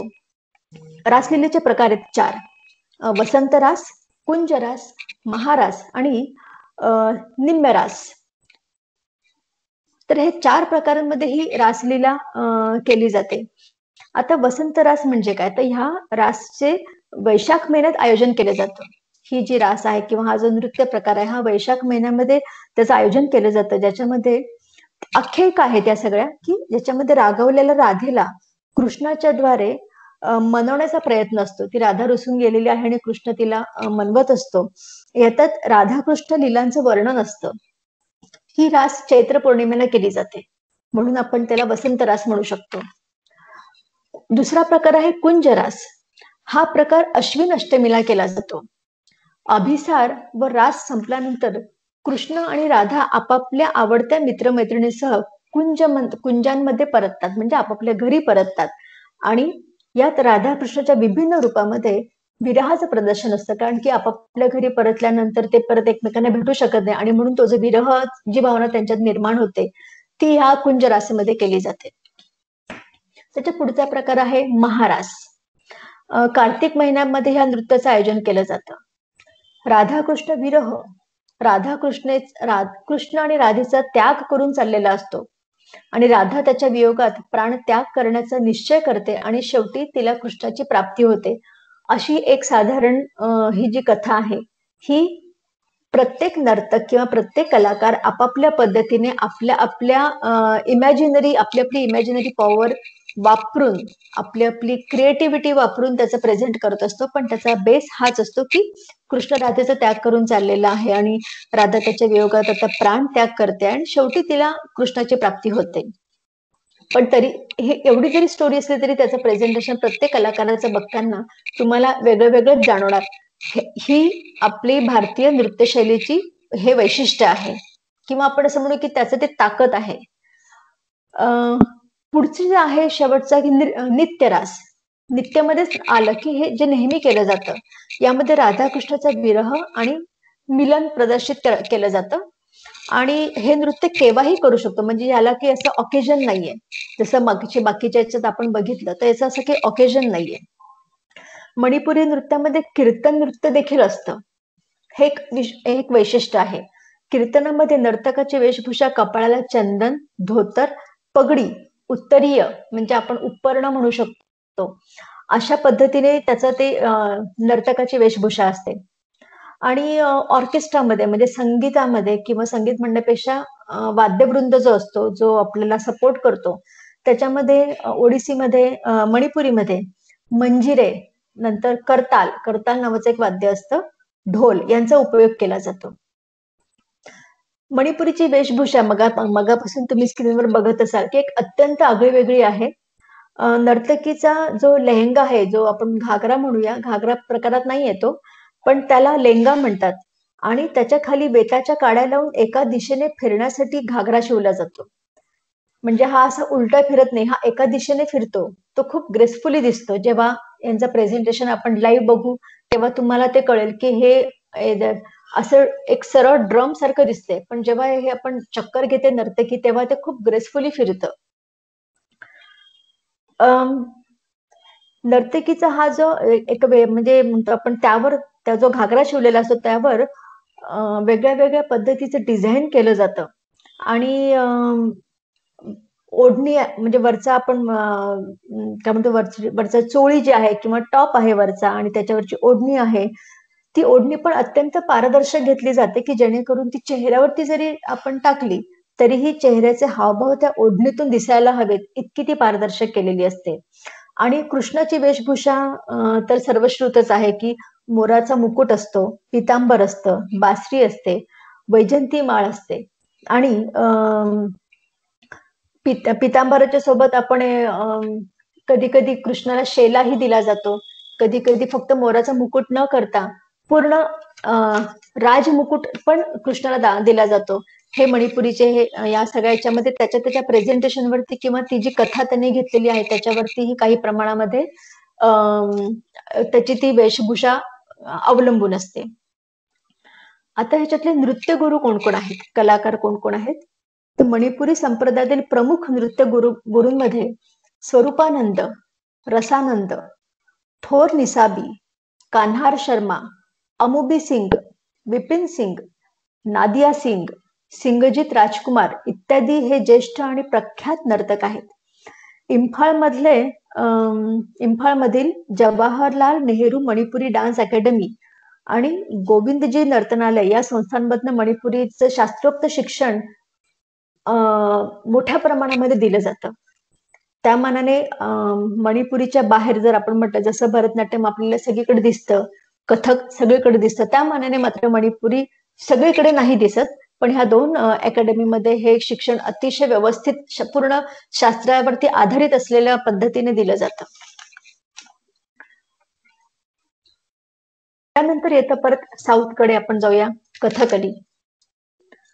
आता हे जी इमेज आपल्या स्क्रीनवर दिसते आहे ते बघून थोडंसं आपल्याला, जर जळगावात सगळे राहणारे असतील तर आणि जळगावातलेच रहिवासी असतील किंवा ज्यांना जळगावची परंपरा माहित असेल त्यांना थोडंसं देवी दिवाळीच्या नंतर जे येतात त्या देवी नाचणाऱ्या देवी ज्या येतात, रथोत्सव असतो आपला कार्तिकी एकादशीला, थोडंफार त्या प्रमाणामध्ये हे संभाव असं वाटतं की तसं त्या पद्धतीचं तो एक फील येतो. पण हे पूर्णपणे शास्त्रीय नृत्य आहे आणि याच्या मेकअपचं वैशिष्ट्य असं आहे की याला डिपेंड्स की कधी कधी 8 तास तर कधी कधी 18 तास मेकअपला लागतात. आणि हे जे लेयर्स त्यांचे जे व्हाईट लेयर्स दिसतात त्या तयार नसतात, तर त्या तांदळाच्या पिठाने त्याच्यात काही आणखीन मिक्स करून त्या लेयर्स तयार केल्या जातात आणि त्याच्यामुळे त्या मेकअपला कधी कधी 6-6, 8-8, 18-18 तास लागतात. आणि चेहऱ्याचा जो कलर आहे तो त्या कॅरेक्टरवरती अवलंबून असतो. म्हणजे काहींचा रेड चेहरा दिसेल, काहींचा ग्रीन चेहरा दिसेल, तर हे सगळं ती व्यक्ती कोणतं कॅरेक्टर प्रेझेंट करते त्याच्यावरती हा मेकअप अवलंबून असतो. त्याच्यामुळे कथकलीमध्ये मेकअपचं फार जास्त महत्व आहे म्हणूया, किंवा ते खूप एकदम आगळ्या वेगळ्या पद्धतीने कथकलीचा मेकअप केला जातो. तर कथकली हा जो नृत्य प्रकार आहे हा केरळ राज्यातला आहे मूळतः. आणि कथा असा त्याचा अर्थ आहे, कथा म्हणजे गोष्ट, आणि कलीचा अर्थ आहे खेळ. म्हणजे कलाकाराने खेळ स्वरूपामध्ये एखादी गोष्ट प्रेझेंट करणं, ती कथकली असं आपण म्हणायला हरकत नाही. आपले भाव आणि मुद्रा यांच्या आधारे पौराणिक कथेचं सादरीकरण तांडव प्रधान नृत्य शैलीच्या आधारे करणं हे ह्या शैलीचं वैशिष्ट्य आहे. साधारणतः 17व्या शतकात दक्षिणेतील नर्तक केरल वर्मा यांची आज प्रचलित असलेल्या ह्या नृत्याचा यांनी हा विचार मांडलेला होता 17व्या शतकामध्ये. महाकवी वल्लथोला यांनी या कला प्रकाराच्या पुनरुज्जीवित केलेलं आहे. कारण की परत हे पण शैली ही सगळी लोप पावली होती, त्यांनी त्याला परत प्रचलनामध्ये आणलेलं आहे. आणि मूक अभिनयातून सादर होणारं व्याख्यानात्मक संगीत नाटक असं याचं स्वरूप प्रचलनामध्ये दिसतं. मी मगाशी जसं बोलले की याची वेशभूषा खूप जास्त इंटरेस्टिंग आहे. विविध वैशिष्ट्य आहेत त्याच्यामध्ये. आणि हे जे कॅरेक्टर्स आहेत, मानव, देवता, भूत म्हणजे राक्षस इत्यादी भव्य वेशभूषा द्वारे ह्या नृत्याची प्रस्तुती केली जाते.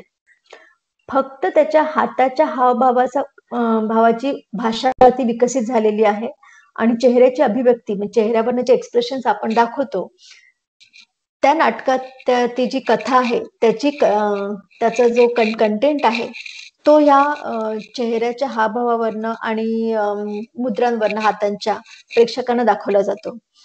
त्याच्या चेहऱ्यावर अगदी छोटे छोटे भावभाव सुद्धा, नागिणीप्रमाणे हालचाल, डोळ्यांची हालचाल, गाल, नाक, हनुवटी ह्याचे एक्सप्रेशन म्हणजे याचं एक वैशिष्ट्य असं आहे की तुम्हाला फक्त एवढंच गाल हलवायचं असेल तर बाकी सगळा चेहरा तसाच ठेवून फक्त इथला भाग असा हलू शकतो. इतकं मायन्युटली मस्क्युलर कंट्रोल या शैलीमध्ये केलं जातं. आणि त्याच्यासाठी त्याचा जो ओरिजिनल जो मूळ अभ्यास आहे तो मात्र त्याला सुरुवातीला खूप कष्ट घ्यावे लागतात, म्हणून हे थोडंसं कठीण आहे. आणि आता काही प्रमाणात अगदी खूपच कमी प्रमाणामध्ये महिला करतात, परंतु हे जनरली फक्त पुरुषांकडनं केलं जाणारा हा नृत्य प्रकार आहे. सध्याच्या कथकलीचं ही जी परंपरा आहे ती विशेषतः कुडिया अट्टम ह्या नाटकांच्या शैलीची ही परंपरा आहे. कुडिया अट्टम हे केरळी भाषेतला शब्द आहे आणि पारंपरिक रीतिरिवाज जसं की टेम, मुडिया अट्टम आणि केरळच्या मार्शल आर्ट्स ह्या नृत्याला सध्याच्या स्वरूपामध्ये आणण्यात महत्वपूर्ण भूमिका या शैलीला महत्वपूर्ण करण्यामध्ये या सगळ्या गोष्टी किंवा सगळे घटक आपली खूप मेजर त्याचा रोल आहे. कथकली भारतातील सर्व शास्त्रीय नृत्य कलांप्रमाणेच संगीत, वोकल परफॉर्मर आणि कोरिओग्राफी अशा पद्धतीने एकत्रित ते केलं जातं. त्याच्यामध्ये जनरली रामलीला आपण बघतो, काही ठिकाणी आपल्याला महाभारतातले प्रसंग दाखवले जातात. जसं बाकीच्या शैलीमध्ये आहे की गाणं आहे, छंद आहे आणि एकल परफॉर्मन्स, सोलो डान्सेस आहेत, तसं कथकलीमध्ये जनरली होत नाही. त्याच्यामध्ये स्टोरीजच असतात. त्याच्यामुळे आपण नृत्य नाट्य सारखं ते कथकली बघताना तसा फील आपल्याला नेहमी येत राहतो. मुख्यतः प्राचीन काळामध्ये काय व्हायचं की प्राचीन काळात हिंदू मंदिर आणि मठ शास्त्रीय शाळांमध्ये विकसित झालेल्या शास्त्रीय भारतीय नृत्याप्रमाणे आणि त्यानंतर हिंदू राजघराण्याच्या नाट्यगृहामध्ये केलेल्या कलाकृती भिन्न भिन्न रूपामध्ये आपल्याला बघायला मिळतात. कथकलीचा पारंपरिक गाभा म्हणजे लोककथा, जसे मी मगाशी बोलले की रामलीला आहे, महाभारतातल्या काही कथा आपल्याला बघायला मिळतात, धार्मिक आख्यायिका आहेत आणि हिंदू महाकाव्य आणि पुराणांमधील आध्यात्मिक कल्पना हा सगळा कथकलीचा मुख्य कंटेंट आपण म्हणू शकतो की ह्याच्यावरती आधारितच कथकलीचं प्रेझेंटेशन केलं जातं. आता इथे सुद्धा ह्या इमेजमध्ये आपल्याला एक पुरुष आणि एक स्त्री आहे असं वाटतंय, पण हे दोन्ही पुरुषच आहेत. त्याच्यामध्ये जी स्त्रीचं जे कॅरेक्टर आहे ते प्रेझेंट करणारा सुद्धा जो कलाकार आहे तो पुरुषच आहे. आधुनिक रचनांमध्ये आता सध्याच्या ट्रेंडमध्ये भारतीय लोकांनी पश्चिमेच्या कथांना आणि शेक्सपियरच्या काही नाटकांना सुद्धा याच्यामध्ये समाविष्ट केलं गेलेलं आहे. म्हणून मगाशी जसं मी बोलले की हे थोडं नृत्य नाट्य कॅटेगरीमध्ये हा फॉर्म आपल्याला बघायला मिळतो. आता याचे दागिने किंवा याची ज्वेलरी कशी असते तर दागिन्यांमध्ये हार, बांगड्या, गिल्ट ब्रेसप्लेट्स आणि पायात छोटे छोटे घुंगरू असे घातले जातात. लाल डोळे, एकत्रित चमकदार आणि रंगीबेरंगी मेकअप भव्य पोशाख आणि दागदागिने कथकलीला एक कल्पित आणि विलक्षण रूप प्रदान करतात, जे संपूर्ण नृत्य नाटक जे आपल्याला बघताना प्रेक्षकांना हे पूर्णपणे एका दुसऱ्याच विश्वामध्ये घेऊन जातं. असं हे कथकलीचं स्वरूप आहे. आणि याचे ज्वेलरी पण अतिशय काय म्हणतो आपण वैविध्य खूप एक्सपेरिमेंटल आणि खूप व्हरायटी वाली आहे, जी जनरली आपण आपल्याला बघायला मिळत नाही. ती स्पेशली कथकलीसाठीच तयार केलेलं डिझाईन असतं ते. आता ह्या नृत्यामध्ये काय असतं की अभिनय, नृत्य, नाट्य अशा तिन्ही कलांच्या एकत्रित काय म्हणू आपण कोऑर्डिनेशनने हा कला प्रकार सादर केला जातो. बाकीच्या ह्याच्यामध्ये नाट्य हा प्रकार थोडासा कमी असतो बाकीच्या शैलींमध्ये, पण कथकलीमध्ये खूप जास्त हा प्रकार आपल्याला बघायला मिळतो.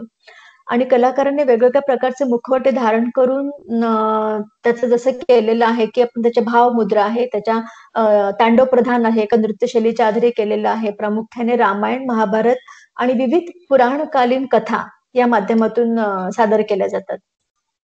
याचे जे प्रसिद्ध कलाकार आहेत ते आहेत शंकरन नंबूद्रिपाद, गोपीनाथ कनकरळे, कृष्णन कुट्टी हे या शैलीचे प्रसिद्ध कलाकार आहेत. आणि यांची छाप अजूनही आपल्याला आजच्या सध्याच्या प्रेझेंटेशन मध्ये दिसून येते. आता कथकलीचा रंगमंच कसा असतो तर तो चौकोनी आकाराचा असून जमिनीपासून थोड्या फार अंतरावरती म्हणजे उंच असतो. त्याला रंगवेदी किंवा कलियरंगू असं म्हटलं जातं. कथकलीच्या सुरुवातीला आचार अनुष्ठान केलं जातं, म्हणजे देवाचीच पूजा केली जाते. ते आहे केलिकोट्टू, अरंगू केली, तोड्यम, वंदन श्लोक, पुरप्पाड, मंजुवर. नंतर नाट्य प्रस्तुती केली जाते आणि त्याच्यानंतर त्या नाट्य प्रस्तुतीच्या त्या कथेच्या समाप्तीनुसार ह्या कथकलीचं प्रेझेंटेशन जे आहे ते संपवलं जातं. मी जसं सुरुवातीला बोलले की कथकलीचा मेकअप कसा असतो. भव्य पोशाख, चेहऱ्यावरती रंगकाम केलेलं असतं आणि मेकअपला ह्याच्यामध्ये मेकअपला खूप जास्त महत्व आहे. तो 5 प्रकारचा असतो. म्हणजे पचा, कठी, थाडी, कारी आणि मिनुक्कू. म्हणजे काय तर कथकलीची शोभा आणि भव्यता हे एकतर वेशामुळे असते, म्हणजे त्याच्या ड्रेपरीमुळे असते, आणि ज्याचा एक भाग असतो किरीटम किंवा मोठा मुकुट, आणि कंचुकम म्हणजे मोठा अंगरखा, आणि पायघोळ घागरा जो जाड्या म्हणजे उशा लावून त्याला असं फुलवला जातो आणि त्याच्यावर तो घागरा घातला जातो. कलाकाराची ओळख पूर्णपणे त्याच्यामुळे लपली जाते, म्हणजे कलाकार ओळखायलाच येत नाही. आणि प्रत्यक्ष आकारापेक्षा मोठी अशी अमानवी आकृती या कथकलीमध्ये निर्माण केली जाते किंवा तसा प्रयत्न केला जातो. आता पचा म्हणजे काय ते हिरव्या रंगाचा मेकअप. तो ज्याने असा हिरव्या रंगाचा मेकअप केलेला आहे तो आहे सद्गुणी नायक. पुढचं चेंज करते कर. त्याच्यानंतर आहे कठी म्हणजे सुरा. खलनायकासाठी हा मेकअप केला जातो, त्याच्या हातात काठी दिली जाते.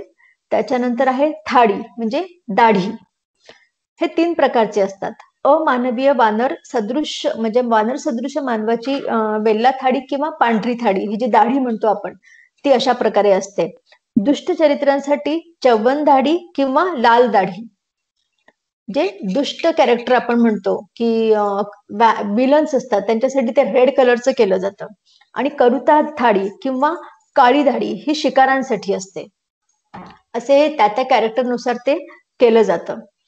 आणि कारी जी असते म्हणजे काळा जो असतो मेकअप केला तो राक्षसांसाठी असतो. मिनुक्कू म्हणजे सुंदर आणि सौम्य स्त्रिया आणि संतांसाठी. कॅरेक्टर भले ते पुरुषांनी केलेलं असलं तरी त्यांना अशा पद्धतीने मेकअप करून त्या स्त्रिया आहेत किंवा ते स्त्री कॅरेक्टर आहे किंवा ते संत कॅरेक्टर आहे असं दाखवलं जातं. ह्याच्यामध्ये विविध प्रकारच्या मुद्रा म्हणजे हस्तमुद्रा म्हणूया आपण, खूप साऱ्या वापरल्या जातात. हे शैलीदार हस्तभाषा असते. एकदम स्टायलिश मुद्रांच्या द्वारे आपण म्हणतो हावभाव करतो. तर ते जसं तुम्हाला ट्रम्प शरर्स माहिती असेल त्याच्यामध्ये या मुद्रांचा खूप जास्त वापर आपण करतो आपल्या न कळत. पण तशाच प्रकारे मुद्रा मी म्हणते की अशा शास्त्रीय नृत्यामधल्या काही मुद्रा असतात. ज्याच्यावरती एखादी संकल्पना आपण पूर्णपणे एक्सप्लेन करतो आणि कलाकार ह्या मुद्रांद्वारे ते सांगत असतात की त्यांना काय सांगायचंय किंवा ती जी कथा आहे ती त्या मुद्रांच्या माध्यमातून आपल्यापर्यंत येत असते. यासाठी या हस्तमुद्रांवरचा आधारित एक ग्रंथ आहे, हस्तलक्षण दीपिका. याचा अभ्यास कथकलीमध्ये विशेष करून केला जातो. ही एक सांकेतिक भाषा आहे. तर असे कथकली एक वैशिष्ट्यपूर्ण दक्षिणेकडचं एक नृत्य आहे. त्यानंतर आपण जाऊया कुचिपुडी. कुचिपुडी ही आंध्र प्रदेशमधली नृत्यशैली आहे. हिला अट्टभागवतम असेही म्हटले जाते. आता आंध्र प्रदेशमधल्या या नृत्यशैलीचा विकास कृष्णदेव आर्य यांच्या काळात इसवी सन 1510 ते 1530 या काळात झाला होता. इसवी सन पूर्व 2ऱ्या शतकांपूर्वी ह्या कलेचा उगम झाला असून आंध्र प्रदेशातील भागवतकार ब्राह्मणांकडून हे नृत्य सांभाळले गेले. वैष्णव भक्तीने ओतप्रोत भरलेला म्हणजे विष्णूचा पगडा किंवा कृष्णाचा पगडा या नृत्य प्रकारावरती आपल्याला दिसून येतो. 6व्या शतकातील भक्ती संप्रदायाची चळवळ पुढे नेण्यासाठी या कला प्रकाराचं विशेष योगदान आहे. आणि कुचिपुडी ह्या गावामध्ये रामायणातील कथा ह्या गीत, नृत्य आणि अभिनयाच्या माध्यमातून सादर करणारे नट समूह आहेत. त्यांना कुशीलव असं म्हटलं जातं. यामध्ये अधिकतर पुरुष पात्रांचा सहभाग असतो. भरतनाट्यम आणि ओडिसी नृत्य शैलीचा समन्वयही या नृत्य प्रकारामध्ये काही प्रमाणामध्ये साधला गेलेला आहे. दोघांची काही झलक आपल्याला कुचिपुडीमध्ये दिसून येते. 17व्या शतकामध्ये सिद्धेंद्र योगी यांनी कुचिपुडी भागातील गावातील युवकांना बरोबर घेऊन हा कला प्रकार आपल्या सगळ्यांसमोर म्हणजे जगापुढे आणला होता. तिचं वैशिष्ट्य काय आहे तर हिंदू धर्म आणि त्यातील पौराणिक कथा यांची परंपरा जतन करून ठेवण्याचे महत्वाचं कार्य या नृत्यशैलीने केलेलं आहे. विशेषतः वैष्णव संप्रदायाशी संबंधित अनेक कथा आणि आख्यायिका या शैलीने सादर केलेल्या आहेत. मंदिर, राजदरबार यांच्या जोडीनेच सार्वजनिक उत्सवांमध्येही हा नृत्य प्रकार सादर होताना दिसतो. हे नृत्य एकल पद्धतीने केलं जातं आणि ड्युएट म्हणूया किंवा ग्रुप म्हणूया त्या पद्धतीनेही ते केलं जातं. आता ही शैली कशी आहे कुचिपुडीची तर शब्दम ह्या प्रकाराची प्रधानता याच्यामध्ये असते. म्हणजे शब्दांवरती आधारित हे नृत्य जास्त आहे. भरतनाट्यम प्रमाणेच यात तिल्लाना म्हणजे तराना हा प्रकारही सादर केला जातो. पदलालित्य म्हणजे फुटवर्क वेगवेगळ्या पद्धतीचं हे या शैलीचं एक महत्वाचं अंग मानलं जातं.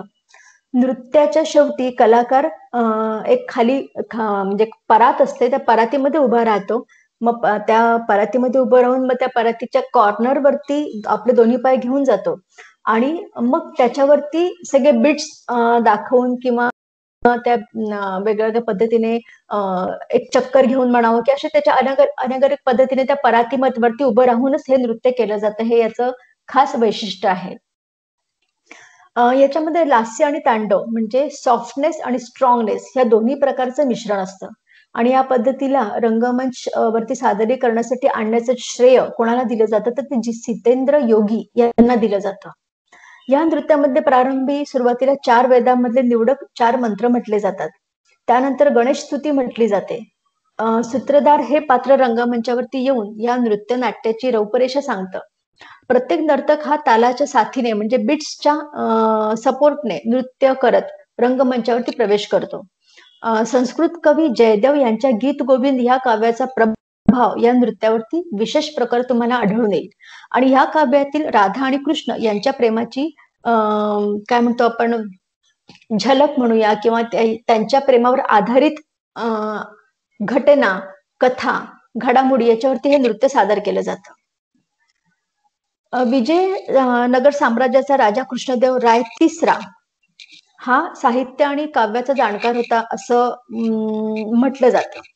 त्याने या नृत्याला खूप अधिक प्रमाणामध्ये प्रोत्साहन दिलं आणि इसवी सन 1678 मध्ये गोवळकुंडा येथील नवाब अब्दुल हुसेन तानशा याच्या कुचिपुडी गावामध्ये ह्या शहाचा तळ होता आणि त्या दरम्यान त्याने तरुण नर्तक सिद्धेंद्र योगी याचं नृत्य पाहिलं आणि आनंदाने त्याला गौरव म्हणून त्याला ताम्रपट दिला, ज्यामध्ये हे गाव भागवत नृत्य कलाकारांना इनाम दिलं गेलं आहे असं म्हटलं जातं. आणि म्हणूनच मगाशी जसं बोलले की ह्या सिद्धेंद्र योगी ह्या व्यक्तीला ह्या कुचिपुडीमध्ये लोकांच्या समोर आणण्याचं श्रेय दिलं जातं. ह्याचा पोशाखही अतिशय सुंदर असतो. ह्या नृत्यासाठी नर्तक वापरत असलेला पोशाख भरतनाट्यमच्या शैलीसारखाच आहे, काही प्रमाणामध्ये स्लाइट फरक असतो. त्याच्यामुळे असं आपल्याला खूप काही हा वेगळा आणि तो वेगळा असं म्हटलं जाणार नाही. फक्त त्याच्या शैलीमध्ये आपल्याला फरक जाणवतो आणि त्या शैलीच्या फरकावरूनच कळतं की कुचिपुडी आहे. अदरवाईज याचा जो अटायर आहे, याचा जो ड्रेसअप आहे, तो बऱ्याच प्रमाणात म्हणजे 90% हा भरतनाट्यमला त्याच्या वेशभूषेला मॅच करणारा असतो. ह्याच्यातले जे कलाकार आहेत, वेंपतिचिन्ना सत्यम, सी रामाचारियलू हे या शैलीचे प्रमुख अर्धयू म्हणजे 2 स्ट्रॉंग पिलर्स मानले गेलेले आहेत. वेदांतम सत्यनारायण, यामिनी कृष्णमूर्ती, शोभा नायडू, वैजंतीमाला, मल्लिका साराभाई, सुधा नायर हे या नृत्यशैलीचे प्रसिद्ध कलाकार आहेत. आणि वेदांत लक्ष्मी नारायण शास्त्री यांनी या नृत्याचा एकल सादरीकरणाचा एक प्रकार प्रचलनामध्ये आणलेला. तर हे श्रेय त्यांना जातं की त्यांनी सोलो डान्स सुद्धा याच्यामध्ये लोकप्रिय केलेला. कुचिपुडी नृत्यशैलीमध्ये गीत आणि नृत्य ह्या दोघांचा समसम प्रमाणामध्ये आपल्याला काय म्हणतो आपण, त्याचा प्रभाव आपल्याला आढळून येतो. म्हणजे फक्त गीतच महत्वाचं आहे आणि नृत्य कमी आहे, किंवा फक्त नृत्य आहे आणि गीत कमी आहे असं नाही. तर हे दोघं इक्वली सोबत सोबत त्याचं प्रेझेंटेशन सुरू असतं. भागवत पुराण कुचिपुडीमध्ये त्याचा प्रभाव आपल्याला जास्त आढळून येतो की कुचिपुडी नृत्यामध्ये भागवत पुराणातल्या ज्या काही कथा आहेत त्या सादर केल्या जातात. त्याच्यानंतर पदसंचालन आणि हस्तमुद्रा ह्या कुचिपुडीचं एक आणखीन एक वैशिष्ट्य म्हटलं जातं. आणि मटका नृत्य हे कुचिपुडी नृत्याचं सगळ्यात लोकप्रिय नृत्य आहे. ह्या अशा एक एक प्रेझेंटेशन मधनं आपल्याला कुचिपुडी नृत्याचं एक वेगळं वैशिष्ट्य तुम्हाला दिसून येईल. कुचिपुडी ही नृत्यशैली आपल्या शास्त्रीय नृत्यशैलींपैकी एक आहे आणि सर्वात लोकप्रिय आहे असं म्हणण्यापेक्षा ते त्या काळामध्ये त्या भागामध्ये हे याची लोकप्रियता अवलंबून असते. हे कुठं कुठं शिकवलं जातं, तर ह्याचे शाळा किंवा प्रशिक्षण केंद्रे म्हटलं तर शास्त्रीय भारतीय कलांप्रमाणे कुचिपुडी प्रशिक्षण परंपरेने तरुण वयात सुरू झालेलं आहे. आणि प्रशिक्षणामध्ये शारीरिक व्यायाम, सिद्धांत, प्रात्यक्षिक धडे आणि बराच सराव समाविष्ट आहेत. आणि महाराष्ट्राच्या बॉर्डर पासून म्हणजे आंध्र प्रदेश पासून फार आपण खाली तमिळनाडू पर्यंत जरी गेलात, केरळ पर्यंत, तिथे सगळीकडे तुम्हाला कुचिपुडी नृत्याचे प्रशिक्षण केंद्र तुम्हाला आढळून येतील. नॉर्थ मध्ये किंवा उत्तर भारतामध्ये याचा प्रभाव त्या मानाने तसा कंपॅरेटिव्हली तुलनात्मक दृष्टीने म्हटलं तर कमी आहे. आणि ही त्या भागामध्ये जितक्या आवडीने जोपासली जाते. आणि अधिक तर असं होतं की कुचिपुडी कलाकार आणि भरतनाट्यम कलाकार हे बऱ्यापैकी सोबत असतात. म्हणजे ज्यांनी भरतनाट्यम शिकलं त्यांनी कुचिपुडी पण शिकलेलं असतं, किंवा जे कुचिपुडी करतात त्यांनी भरतनाट्यम पण शिकलेलं असतं. त्याच्यामुळे ह्या दोन्ही शैली बऱ्यापैकी सारख्या आहेत. आपण भरतनाट्यम बोललो, कुचिपुडी बोललो, त्याच्यासोबतच एक मोहिनीअट्टम आहे. मोहिनीअट्टम, भरतनाट्यम, कुचिपुडी हे असे आपण म्हणू की एकाच घरातले भावंड आहेत की त्यांच्यामध्ये बऱ्यापैकी सिमिलॅरिटीज आढळतात. काही थोडा फरक आहे ज्याच्यावरनं त्यांची वेगळी ओळख निर्माण झालेली आहे. हे केरळ मधलंच एक भावपूर्ण किंवा शृंगार रस प्रधान नृत्य शैली आहे मोहिनीअट्टम. ज्याच्या नावातच मोहिनी आहे त्याच्यामुळे अर्थातच ते शृंगार रस प्रधान असणारच आहे. केरळचं कथकली हे तांडव अंग प्रधान नृत्य आहे आणि मोहिनीअट्टम हे लास्य अंग प्रधान आहे. मोहिनीअट्टम नृत्याचा उद्भव जो आहे तो विष्णूने अमृत मंथनादरम्यान घेतलेल्या आपण म्हणू की एक स्टोरी आहे ती की त्याच्यातून सगळे ते रत्न निघाले, विष निघालं आणि ते अमृत पण निघालं आणि त्या अमृतासाठी परत राक्षस आणि देवांमध्ये जे युद्ध झालं आणि तो अमृताचा घट राक्षसांकडे गेला आणि तो त्यांच्याकडनं परत घेण्यासाठी विष्णूने एक मोहिनीचा अवतार धारण केला आणि राक्षसांना आपल्याकडे आकृष्ट केलं आणि त्यांच्याकडनं तो घट घेऊन त्यांनी तो देवाकडे दिला.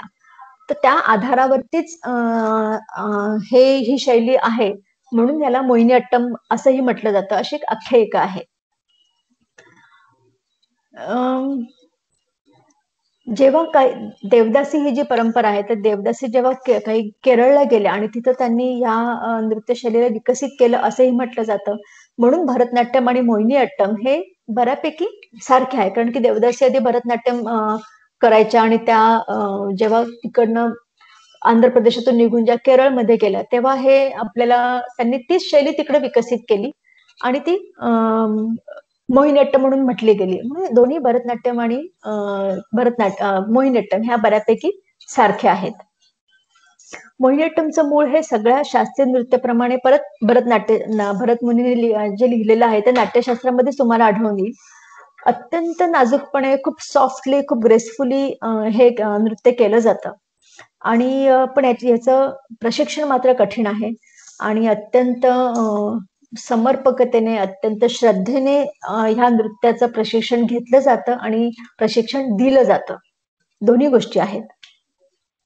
स्वाती तिरुनाल व दुर्यमन थंपी यांचे रचित गीत कर्नाटकी पद्धतीमध्ये गायले जातात आणि ह्या गीतांची संगत चेंडा, एडका, मद्दलम इत्यादी वाद्यांनी केली जाते. हे सगळे मोहिनीअट्टमचे वाद्यवृंद आहेत, ऑर्केस्ट्रा आहे आणि विद्वानांच्या मते हे वाद्य कठोर ध्वनी म्हणजे थोडे हार्श साऊंड क्रिएट करतात आणि म्हणून ह्या नृत्य शैलीचे अनुकूल वाद्य वीणा, मृदंग, बासरी इत्यादी पण आहेत. दोन्ही प्रकारे हे केलं जातं आणि काही कलाकार कर्नाटक संगीताचा प्रयोग न करता सोपानम संगीताचा प्रयोग करायला पसंत करतात, जे केरळ लोक संस्कृतीच्या अधिक निकट आहे. केरळच्या लोकसंगीतामध्ये सोपानम नावाचा एक संगीत प्रकार आहे आणि तो मोहिनीअट्टम मध्ये जनरली ते प्रिफर करतात. या नृत्यात संगीत आणि नृत्याद्वारे अभिनय केला जातो. संगीतातले गायन स्वतः नर्तिका किंवा स्वतंत्र गायकाद्वारे केलं जातं आणि ही गीते मनी प्रवाळा या मल्याळम आणि संस्कृत भाषेच्या मिश्र बोलीतून ही गीते केलेली असतात. शरीर आणि अवयवांचा हळूवार, लालित्यपूर्ण, ग्रेसफुल हालचाली आणि अतिशय भावपूर्ण डोळे आणि हस्तमुद्रा या नृत्यामध्ये विशेष असतात. ह्या नृत्य प्रस्तुतीकरणाचे प्रारंभ चोल केटू ह्या प्रकाराने केलं जातं. यामध्ये देवाच्या वंदनेचा म्हणजे शिव, विष्णू किंवा भगवतीची आराधना केली जाते आणि या ताल आणि लई सोबत अंगसंचालन केलं जातं आणि ती एक म्हणतो ना आपण एक ब्युटी त्याच्यामध्ये क्रिएट केली जाते.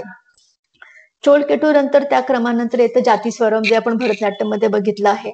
वर्णम, पदम आणि तिल्लाना सेम भरतनाट्यमचा हा सिक्वेन्स आहे. ह्या सगळ्याच्या नंतर मोहिनीअट्टम आणि भरतनाट्यम मध्ये जे साम्य दिसून येतं, पण दोन्ही शैलींच्या प्रस्तुतीकरणाच्या पद्धतीत मात्र थोडीशी भिन्नता आहे. सगळ्यात शेवटी पंदाट्टम केले जाते, ज्यात विविध प्रकारे चेंडू खेळण्याचा भाव प्रदर्शित केला जातो मोहिनीअट्टम मध्ये आणि कार्यक्रमाचं समापन श्लोकमने केलं जातं, जे वातावरणाला आपण स्पिरिच्युअल फील सगळ्यांना देऊन जातो. मोहिनीअट्टम नृत्यामध्ये नृत्यांगांना डोक्यावर डाव्या बाजूला तुम्ही बघत असाल आता ह्या इमेज मध्ये की डाव्या बाजूला एक जुडा बांधतात आणि त्याला फुलांनी सजवतात. नृत्यांगना सोनेरी काठ असलेली नऊवारी साडी नेसते. ब्लाउज देखील सोनेरी काठाचं असतं. गळ्यात चंद्रहार, काशीमाळ इत्यादी आभूषण धारण केली जातात. एकूण मोहिनीअट्टमची वेशभूषा अतिशय सुंदर आणि मोहक असते. मोहिनीअट्टमचा सर्वात प्रथम अधिकृत उल्लेख 16व्या शतकातल्या व्यवहारमाला या ग्रंथामध्ये आढळला आहे. पण नृत्यकलेचं मूळ रूप हे खूप जुने असण्याची शक्यता आहे. साधारण 18व्या शतकात या नृत्यकलेची पद्धतशीरपणे रचना ब्रिटिश काळात त्या नृत्यकलेकडे देवदासी किंवा वेश्या व्यवसाय पद्धती म्हणून उपासनेने पाहिले जात असे. जरी 18व्या शतकामध्ये या नृत्यकलेची पद्धतशीरपणे रचना केली गेली होती, पण काळानुसार ब्रिटिश काळामध्ये ह्या नृत्यकलेकडे देवदासी किंवा त्या वेश्या व्यवसाय पद्धती म्हणून उपासने पाहिले गेले. 1931 ते 1938 या काळात विविध कायदे आणून त्यावर बंदी आणली गेली होती आणि बंदी विरोधात आंदोलन झाल्यावरती ही बंदी अंशतः मागे घेण्यात आली होती. सामाजिक आणि राजकीय संघर्षामुळे तसेच केरळमधील लोकांच्या कुतूहलामुळे मोहिनीअट्टमचे परत पुनरुज्जीवन झाले. वर्तमान युगात केरळ कला मंडळने कथकली सोबत मोहिनीअट्टमची पुनर्रचना करून नृत्याच्या विकासाचं एक महत्वपूर्ण कार्य हाती घेतलेलं आहे. मोहिनीअट्टम यास मोहिनीयाट्टम असंही संबोधलं जातं.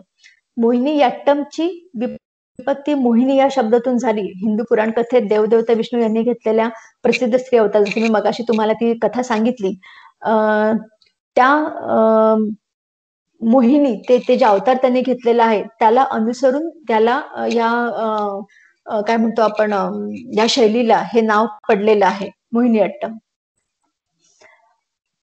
अट्टम हा एक मल्याळम शब्द आहे आणि याचा अर्थ तालबद्ध गती किंवा नृत्य असा आहे. आणि अशा प्रकारे मोहिनीने केलेली तालबद्ध हालचाल म्हणून मोहिनी अट्टम, एक प्रकारची जादू किंवा एक सुंदर स्त्री असं हे नृत्य म्हटलं जातं.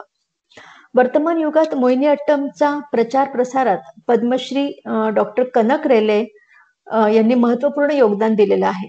या नृत्यशैलीच्या प्रसिद्ध कलाकारांमध्ये सुश्री शांताराव, गीता नायर, मृणालिनी साराभाई, शिवाजी भारती इत्यादी हे कलाकार प्रामुख्याने गणले जातात किंवा त्यांचं नाव प्रामुख्याने घेतलं जातं. आता आपण येतो आहोत कथक ह्या नृत्य प्रकारावरती. कथक हा माझा ज्या फॉर्म मध्ये मी काम करते किंवा ज्याच्यामध्ये मी इतक्या वर्षापासून मी त्याचं शिक्षण घेतलेलं आहे, तो हा कथक. कथक ही नृत्यशैली ही उत्तर भारतातली आहे. कथा म्हणजे परत कथक मध्ये जो कथा सांगतो आणि कथा सांगत जो नृत्य करतो त्याला कथक पूर्वी म्हटलं जायचं आणि ते कथक मुळात मंदिरामध्ये केलं जातं. अतिप्राचीन काळामध्ये जेव्हा मंदिरात कथकचं प्रेझेंटेशन व्हायचं तेव्हा त्याच्यामध्ये सगळं स्पिरिच्युअल असायचं, म्हणजे आपण देवाची उपासना असायची, भक्तिरस प्रधान असायचं आणि मंदिराच्या गाभाऱ्यामध्ये नृत्य केलं जायचं. आजूबाजूला सगळे प्रेक्षक बसलेले असायचे, म्हणजे ते सगळे भक्तगण असायचे. त्यामुळे कथकची सुरुवातीची शैली जर म्हटली तर सगळी देवाशी रिलेटेड सगळे ते गीत प्रकार असणार आणि कथक नर्तक सोलो डान्स करणार आणि एका ठिकाणी खूप कमी जागेमध्ये कथक केलं जायचं, कारण की आजूबाजूला सगळे असायचे आणि कुठल्या एका ठिकाणी फोकस करून नसायचं. जसं आपण स्टेज परफॉर्मन्स करतो तर आपण समोर असतो, आपण स्टेजवरती असतो आणि समोर सगळे प्रेक्षक असतात. तसं न होता कथक हे सगळीकडनं सगळ्या बाजूने तो नर्तक फिरायचा किंवा आपलं कधी या बाजूने प्रेझेंटेशन करतो, कधी त्या बाजूने करतो, कारण की आजूबाजूला सगळे भक्तगण किंवा सगळे प्रेक्षक बसलेले असायचे.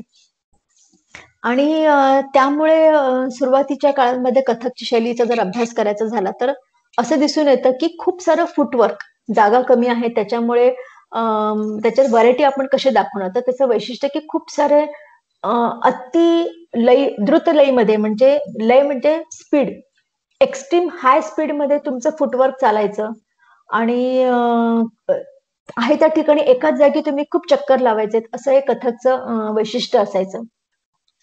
आणि त्याच्यानंतर हळूहळू त्याच्यामध्ये डेव्हलपमेंट होत काळानुसार कथक त्यामानाने खूप फ्लेक्झिबल आहे, तर ती फ्लेक्झिबिलिटी वाढत गेली आणि काळानुसार कथकने त्याच्या शैलीमध्ये अनेक बदल ऍक्सेप्ट केलेत आणि ते खूप छान आता सध्याच्या स्थितीमध्ये खूप छान प्रेझेंटेबल आहे, खूप इनोव्हेटिव्ह आहे, खूप एक्सपेरिमेंटल आहे. त्याच्यामध्ये वेगळे कथा किंवा इव्हन अगदी करंट अफेअर जे चाललेले असतात, सध्याच्या घटना सुद्धा आपण कथक शैलीमध्ये दाखवू शकतो. इतकं कथक हे फ्लेक्झिबल आहे, लिबरल आहे असं आपण म्हणूया. याची युनिफॉर्मिटी पण खूप अट्रॅक्ट करते लोकांना, कारण की हे ग्रुपमध्ये जरी करताना जर एकसारखं केलं गेलं तर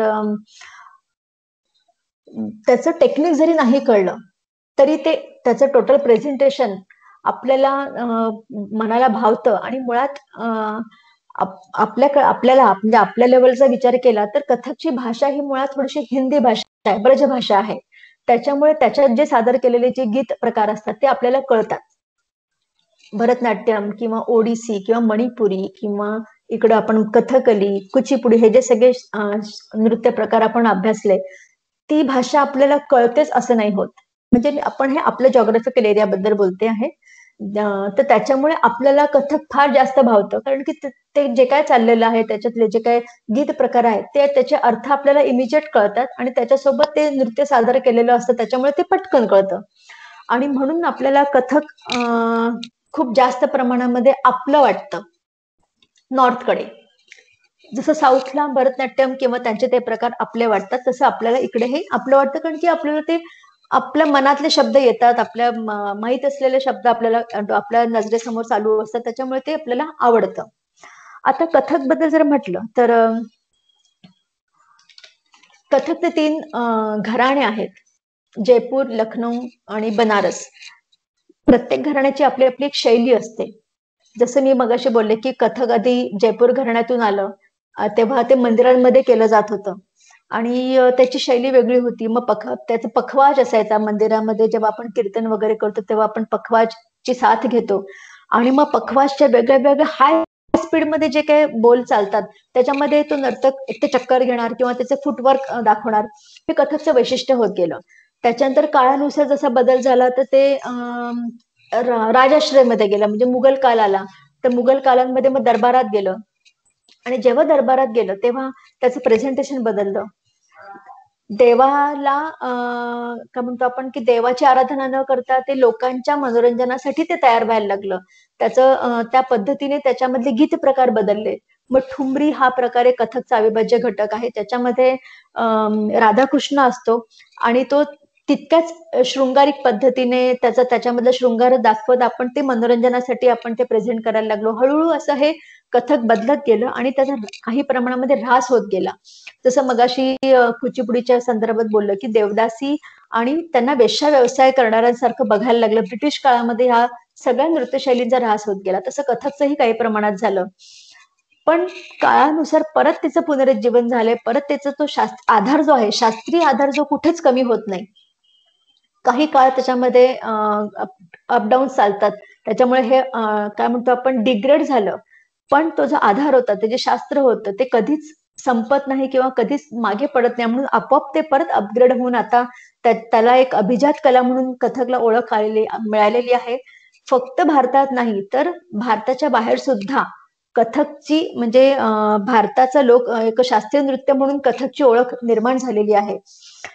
आपण आता मी जसं म्हटलं की कथक हे माझं स्वतःचा फॉर्म आहे, त्याच्यामुळे मी त्याचे तुम्हाला काही इमेजेस दाखवते आहे आणि काही मी लाईव्ह प्रेझेंटेशन दाखवेल की जेणेकरून तुम्हाला ते जास्त लवकर कळेल की कथकमध्ये सुरुवातीला आपण कथकचा जो बेस आहे म्हणजे एबीसीडी जसं आपण म्हणूया की त्याच्यामध्ये आधी आम्ही फुटवर्क शिकवतो. त्या फुटवर्कला आपण काय म्हणू शकतो तर त्याला पदन्यास म्हणू शकतो, पदलालित्य म्हणू शकतो, जे स्लो पासून सुरू होतं आणि मग नंतर ते द्रुतलयीमध्ये चढत जातं, म्हणजे त्याला फास्ट होत जातं. Slow, fast, fast and fastest असं आपण म्हणायला हरकत नाही. आणि मग ते कितीही प्रमाणात केलं जातं ते डिपेंड्स, तुमच्या स्टॅमिनावरती अवलंबून आहे, तुम्हाला वेळ किती आहे त्याच्यावरती सुद्धा अवलंबून आहे. तर काही काही ज्या पूर्णपणे ह्या क्षेत्रातच आहेत ते 6-6, 8-8 तास फक्त फुटवर्कची प्रॅक्टिस करत असतात आणि मग त्याच्यातून त्यांचा स्टॅमिनाही वाढतो, त्यांच्यातून त्यांचा स्पीडही वाढतो आणि मग ते झाल्यानंतर स्टेप बाय स्टेप मग हाताच्या मुवमेंट्स येतात. तर त्याला जे आपण फक्त पायाची स्टेप्स करतो त्याला म्हणतात तत्कार. मी तुम्हाला ते आता दाखवते. माझ्या स्टुडंट्स आहेत सोबत, त्या तुम्हाला ते परफॉर्म करून दाखवते.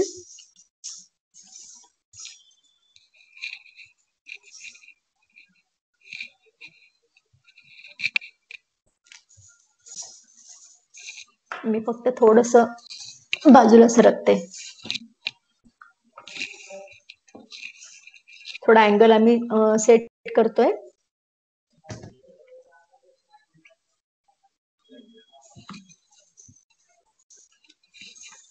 मी नाही दिसली तरी चालणार, तुम्ही दिसायला हवेत. ओके,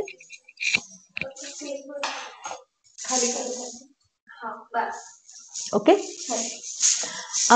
मी आता सुरुवातीला तुम्हाला जे मी मगाशी सांगितले की त्याचं एबीसीडी कथकचं जे आहे त्यातलं मी तत्कार तुम्हाला दाखवते. तत्कार म्हणजे फक्त पाय, मग त्याचा स्पीड कसा वाढत जातो ग्रॅज्युअली.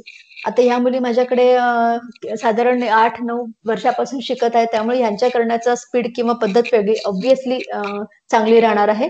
पण हे बेसिक पासून अशाच पद्धतीने ते डेव्हलपमेंट होत जाते. रेडी, सुरुवात द्या. ता थे थे ताथे थे तर ही कथकची भाषा आहे. म्हणजे आपण जसं एबीसीडी करतो तसं हे ताथे थे तर ती कथकची बेसिक लँग्वेज आहे आणि ह्याच ताथे थे तर आथे थे तर या शब्दांवरती आधारित अख्खं कथक तुम्हाला बघायला मिळतं. ता थे थे त आ, फक्त पाय, थे थे डबल, ता थे थे तत आ थे थे तत ता थे थे तत आ थे डबल,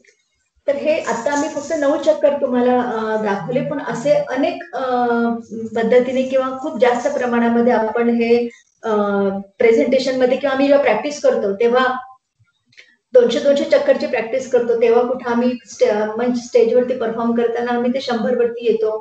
काही तोड्यांमध्ये आम्ही 180 पण चक्करचे म्हणजे प्रेझेंटेशन केलेलं आहे. तर हे कथकचं एक वैशिष्ट्य आहे.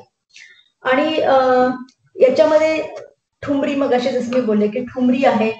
ठुमरीमध्ये जनरली राधा आणि कृष्णाचं प्रेझेंटेशन दिलं जातं. त्यांच्यातलं शृंगार रस असतो, त्याच्यातला विरह रस असतो. आणि काही गतभाव नावाचा प्रकार असतो कथकमध्ये.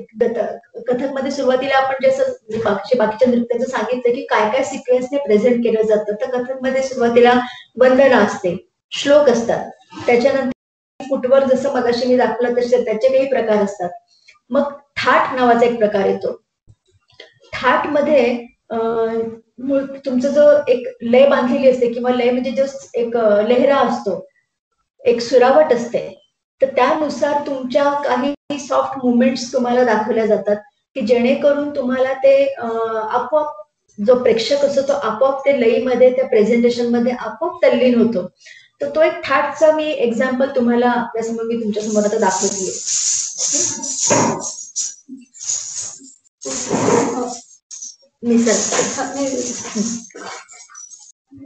की जे व्हेरिएशन्स आहेत ते इतके बारकाईने असतात की फक्त डोळ्यातून पण येतात, ते तुमच्या मानेतून पण येतात. जसं मगाशी सुरुवातीपासून मी ग्रीवा संचालन सांगते, ग्रीवा म्हणजे मान, भुवयांचं संचालन असतं, म्हणजे भुवयांचे मुवमेंट्स असतात, डोळ्यांचे मुवमेंट्स असतात, मानेच्या मुवमेंट्स असतात. हे मी जसं सांगते आहे तसंच ते तुम्हाला आता क्लोजअप मध्ये माझी स्टुडंट बसल्या बसल्या दाखवते आणि त्याच मुवमेंट्स ती मागची जी आहे ती तुम्हाला पूर्ण शारीरिक हालचालीमध्ये दाखवते आहे.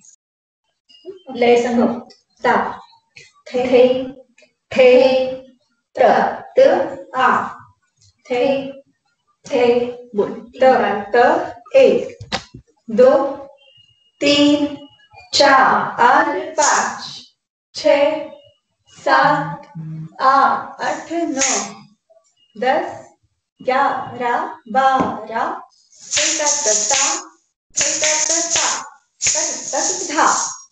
2 3 4 5 6 7 8 9 10 11 12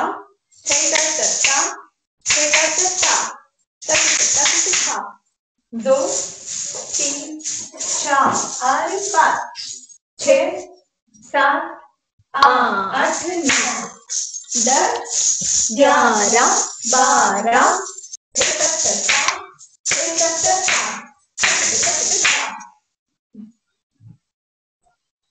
ओके.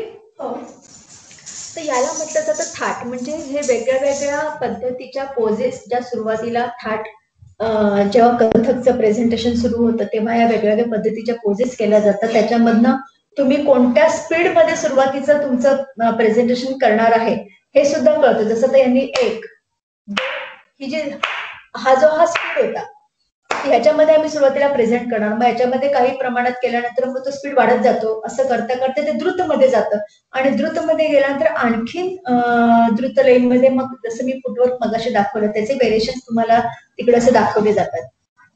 तर हे अशा पद्धतीने ह्या सगळ्या नृत्यशैलींचं ठीक आहे बस आपण सगळ्या नृत्यशैलींचं प्रेझेंटेशन म्हणावं किंवा याच्यामध्ये कॉमन फॅक्टर असं आहे की देवाची आराधना, स्पिरिच्युअल फिलिंग तुमच्या मनामध्ये किंवा तुमच्या प्रेझेंटेशन मध्ये सगळ्या नृत्यशैलीमध्ये आहे. काळानुसार प्रत्येक नृत्यशैलीमध्ये बदल होत गेलेला आहे, त्या त्या राजवटीचा परिणाम त्या त्या नृत्यशैलीवरती होत गेलेला आहे. पण तरी सुद्धा डेडिकेशन आणि हार्डवर्क हे सगळं अजूनही प्रत्येकाला प्रत्येक नृत्यशैलीमध्ये तुम्हाला जाणवतं. 100% तुम्हाला ते दिसूनही येईल आणि त्या प्रत्येकाचा आपला आपण म्हणू की आपला जो पुराणकालीन जे ग्रंथ आहेत किंवा आपल्या ज्या पौराणिक कथा आहेत ह्या सगळ्या नृत्यशैलींचा एक मूळ गाभा आहे. म्हणजे हा जो बेस आहे हा कुठेच हललेला नाहीये. जॉग्राफिकल फरक होत गेलेला आहे, बोलीभाषेचा फरक होत गेलेला आहे, पण तो भाव प्रत्येकाचा तोच आहे. तर मला असं वाटतं की हा एक आपल्या संस्कृतीचं हे असं वैशिष्ट्य आहे की व्हेरिएशन्स किती आहेत, भारतीय संस्कृती आहे मूळ, त्याचे व्हेरिएशन्स इतके आहेत आणि मला असं वाटतं की खास वैशिष्ट्य आपल्याला आपल्या संस्कृतीतल्या प्रत्येक अभिजात कलेमध्ये दिसून येतं.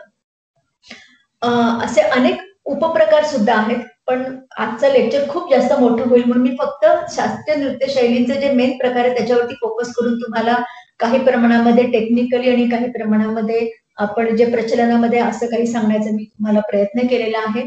आणि मला वाटतं की मी जे आता तुम्हाला जे सांगितलेलं आहे ते तुम्हाला कळलंही असेल आणि ते मी माझ्या पीपीटी मधनं सुद्धा सांगण्याचा प्रयत्न केला, कारण की हा टेक्निकल विषय आहे. हा एक कोर्स आहे अख्खा, जसं इंजिनिअरिंग केल्यानंतर आपण काहीतरी करू शकतो तसा हा अख्खा कोर्स आहे, करिअर ओरिएंटेड कोर्स आहे. त्याच्यामुळे ह्याचे सुद्धा खूप सारे ब्रँचेस आणि खूप सारे अशा काय म्हणतो आपण थेअरीज आहेत, जसे इंजिनिअरिंगचे काही असतात तसे याच्यामध्ये सुद्धा आहे की जोपर्यंत आपण त्याचा अभ्यास करत नाही तोपर्यंत आपल्याला ते पूर्ण कळत नाही. म्हणून मी असे मगाशी शब्द वापरले की मी काही प्रमाणामध्ये माझ्या परीने तुम्हाला ते समजून सांगण्याचा प्रयत्न केलेला आहे आणि आय होप की तुम्हाला ते सगळं काही प्रमाणात का होईना समजलं असेल.